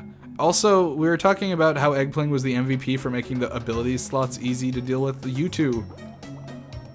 Serene Iron Fist, Hunger Switch, Gulp Missile, and Wandering Spirit are all... Well, they're all signature abilities at the end. That's true, yeah. No, Runerigus, I think, really, really fits your team. Yeah, I think Runerigus, like, he's the little bow tie on top. Yeah, Mawile's also not bad. Megawile is obviously superior. Mawile shares a stat total with Sableye, being the lowest of the season. But honestly... Clefairy. Oh, Clefairy, you're right. Yeah, and Gligar probably. I think Gligar's might be higher. Oh, that's fun. But Intimidate and Sheer Force are, like, both pretty good abilities. No, Gligar's the same. Oh, it's also 380? No, Gligar's 430. Oh. What the fuck? Okay. Honestly, as far... I just looked at the pick after Mawile, and I'm so angry. Okay, well, it's fine. I mean, I know what it is, so... Mawile, as far as low-tier fairies go, it's alright. Again, Steel Fairy, great typing. I really would have preferred something like Slurpuff. But Slurpuff's B tier. Yeah, I meant Aromatisse. Oh, well... Aromatisse doesn't fit the Mystery Dungeon thematic. No, it doesn't. I suggested Florges, but also doesn't fit the Mystery Dungeon thematic. And it's a B tier. No. Florges? Yeah. Yeah, it is. No. Am I dumb? The tier list, Control F, Floor. Wait, a C tier? Yeah. What? Yes. It's always been. The Florges is so good! But, okay. It's gone 3 seasons in C tier and nobody's taken it. That's wild. Okay, so moving on to Sylveon. Why are you angry? Team Loud. Oh, right, because Pixelate Hyper Voice. Fuck. Damn, Jesus really likes yelling. Which is ironic because he's always like the quietest person in call. Yeah, it's true. So, I mean, Sylveon kind of covers some of the same stuff as Primarina, but fuck if it doesn't work well. Yeah, Sylveon's so good. I'm so glad someone's finally taking it. Yeah. Yeah, again, another thing I was considering. Sylveon is another. He's got like 3 Pokemon that want to use Throat Spray. Yeah. But he can only have the one. I mean, it's a good way to round out his team. It obviously covers the same things as Primarina, but I mean, fuck, more yelling is great. Stats-wise, I mean, he's definitely oriented towards special attack, which I think is fine. He's pretty defensive, like both ways, so that's pretty good. And his speed stats, like, I mean, he's slower than average, but he also has like. I mean, this is like the slow season. This is a pretty slow season, yeah. And then finally, ending off the draft is Vespiquen. There's not much to say about here. Probably the most underwhelming actually pick at the last round. It's fine. I mean, yeah, bug flying is Which nothing. is fine. Bug flying is nothing to write home about. Pressure and Unnerve are nothing to write home about. They're all right abilities. How are you gonna pressure stall when you're 4x weak to everything? It's true. It's true. It doesn't really offer him anything. I mean, other than the ability to say Slay Queen whenever he plays a match. It's true. But he doesn't want the queen to die. It's his. I know. But the queen is doing the slaying. I see. Okay. So like slay, comma, queen, like it's a command. Yes. I see. It has the attack order and the heal order, and it gets roost because it's not Gen 8. Well, it's sort of Gen 8, but it gets roost. It's fine. All right. So that's the final turn. I want to actually, looking back at everything, Runerigus killed it. Runerigus definitely killed it. I want to also say... I mean, also, obviously, Mega Salamence. Right, okay, but that's not fair because that is a S tier in the final round. We're comparing an S tier to everything else. Sylveon is also very good. Honestly, I mean, Runerigus definitely. I also kind of want to give a shout out to Palosand. Yeah, Palosand's a pretty good pick. Giving him an immunity to fighting is going to be very useful. It's a good switch in. But of course, as everybody knows, the best pick of this round in all rounds was Sigilif by me. So, it's a 3-hour video. I've been Technovoid. I've been the other one. Any final words for this season? Yeah, my throat hurts. You should have been drinking water. Have you not been drinking water? No, I have been. Okay, good. Cool. We'll see you all April 6th for week 1 starting, and then we'll see you the week after that for the first recap. 2 episodes, 2 different ones for the quick ball and the timer ball. We'll see you then. Hope you enjoyed this new method of doing the overview, and fuck, it's such a long video. Jesus. Bye. See ya. Oh yeah, click here in the middle to subscribe, over on the left for a different video, and over on the right for the first part of his out. I don't know which part to make it. Actually, no video on the left. In the middle to subscribe, over on the left for quick ball, and over on the right for timer ball. I'll figure it out. That's what it's gonna be. Bye. Hit the like button and comment, please. I love you. This video took me so long to make.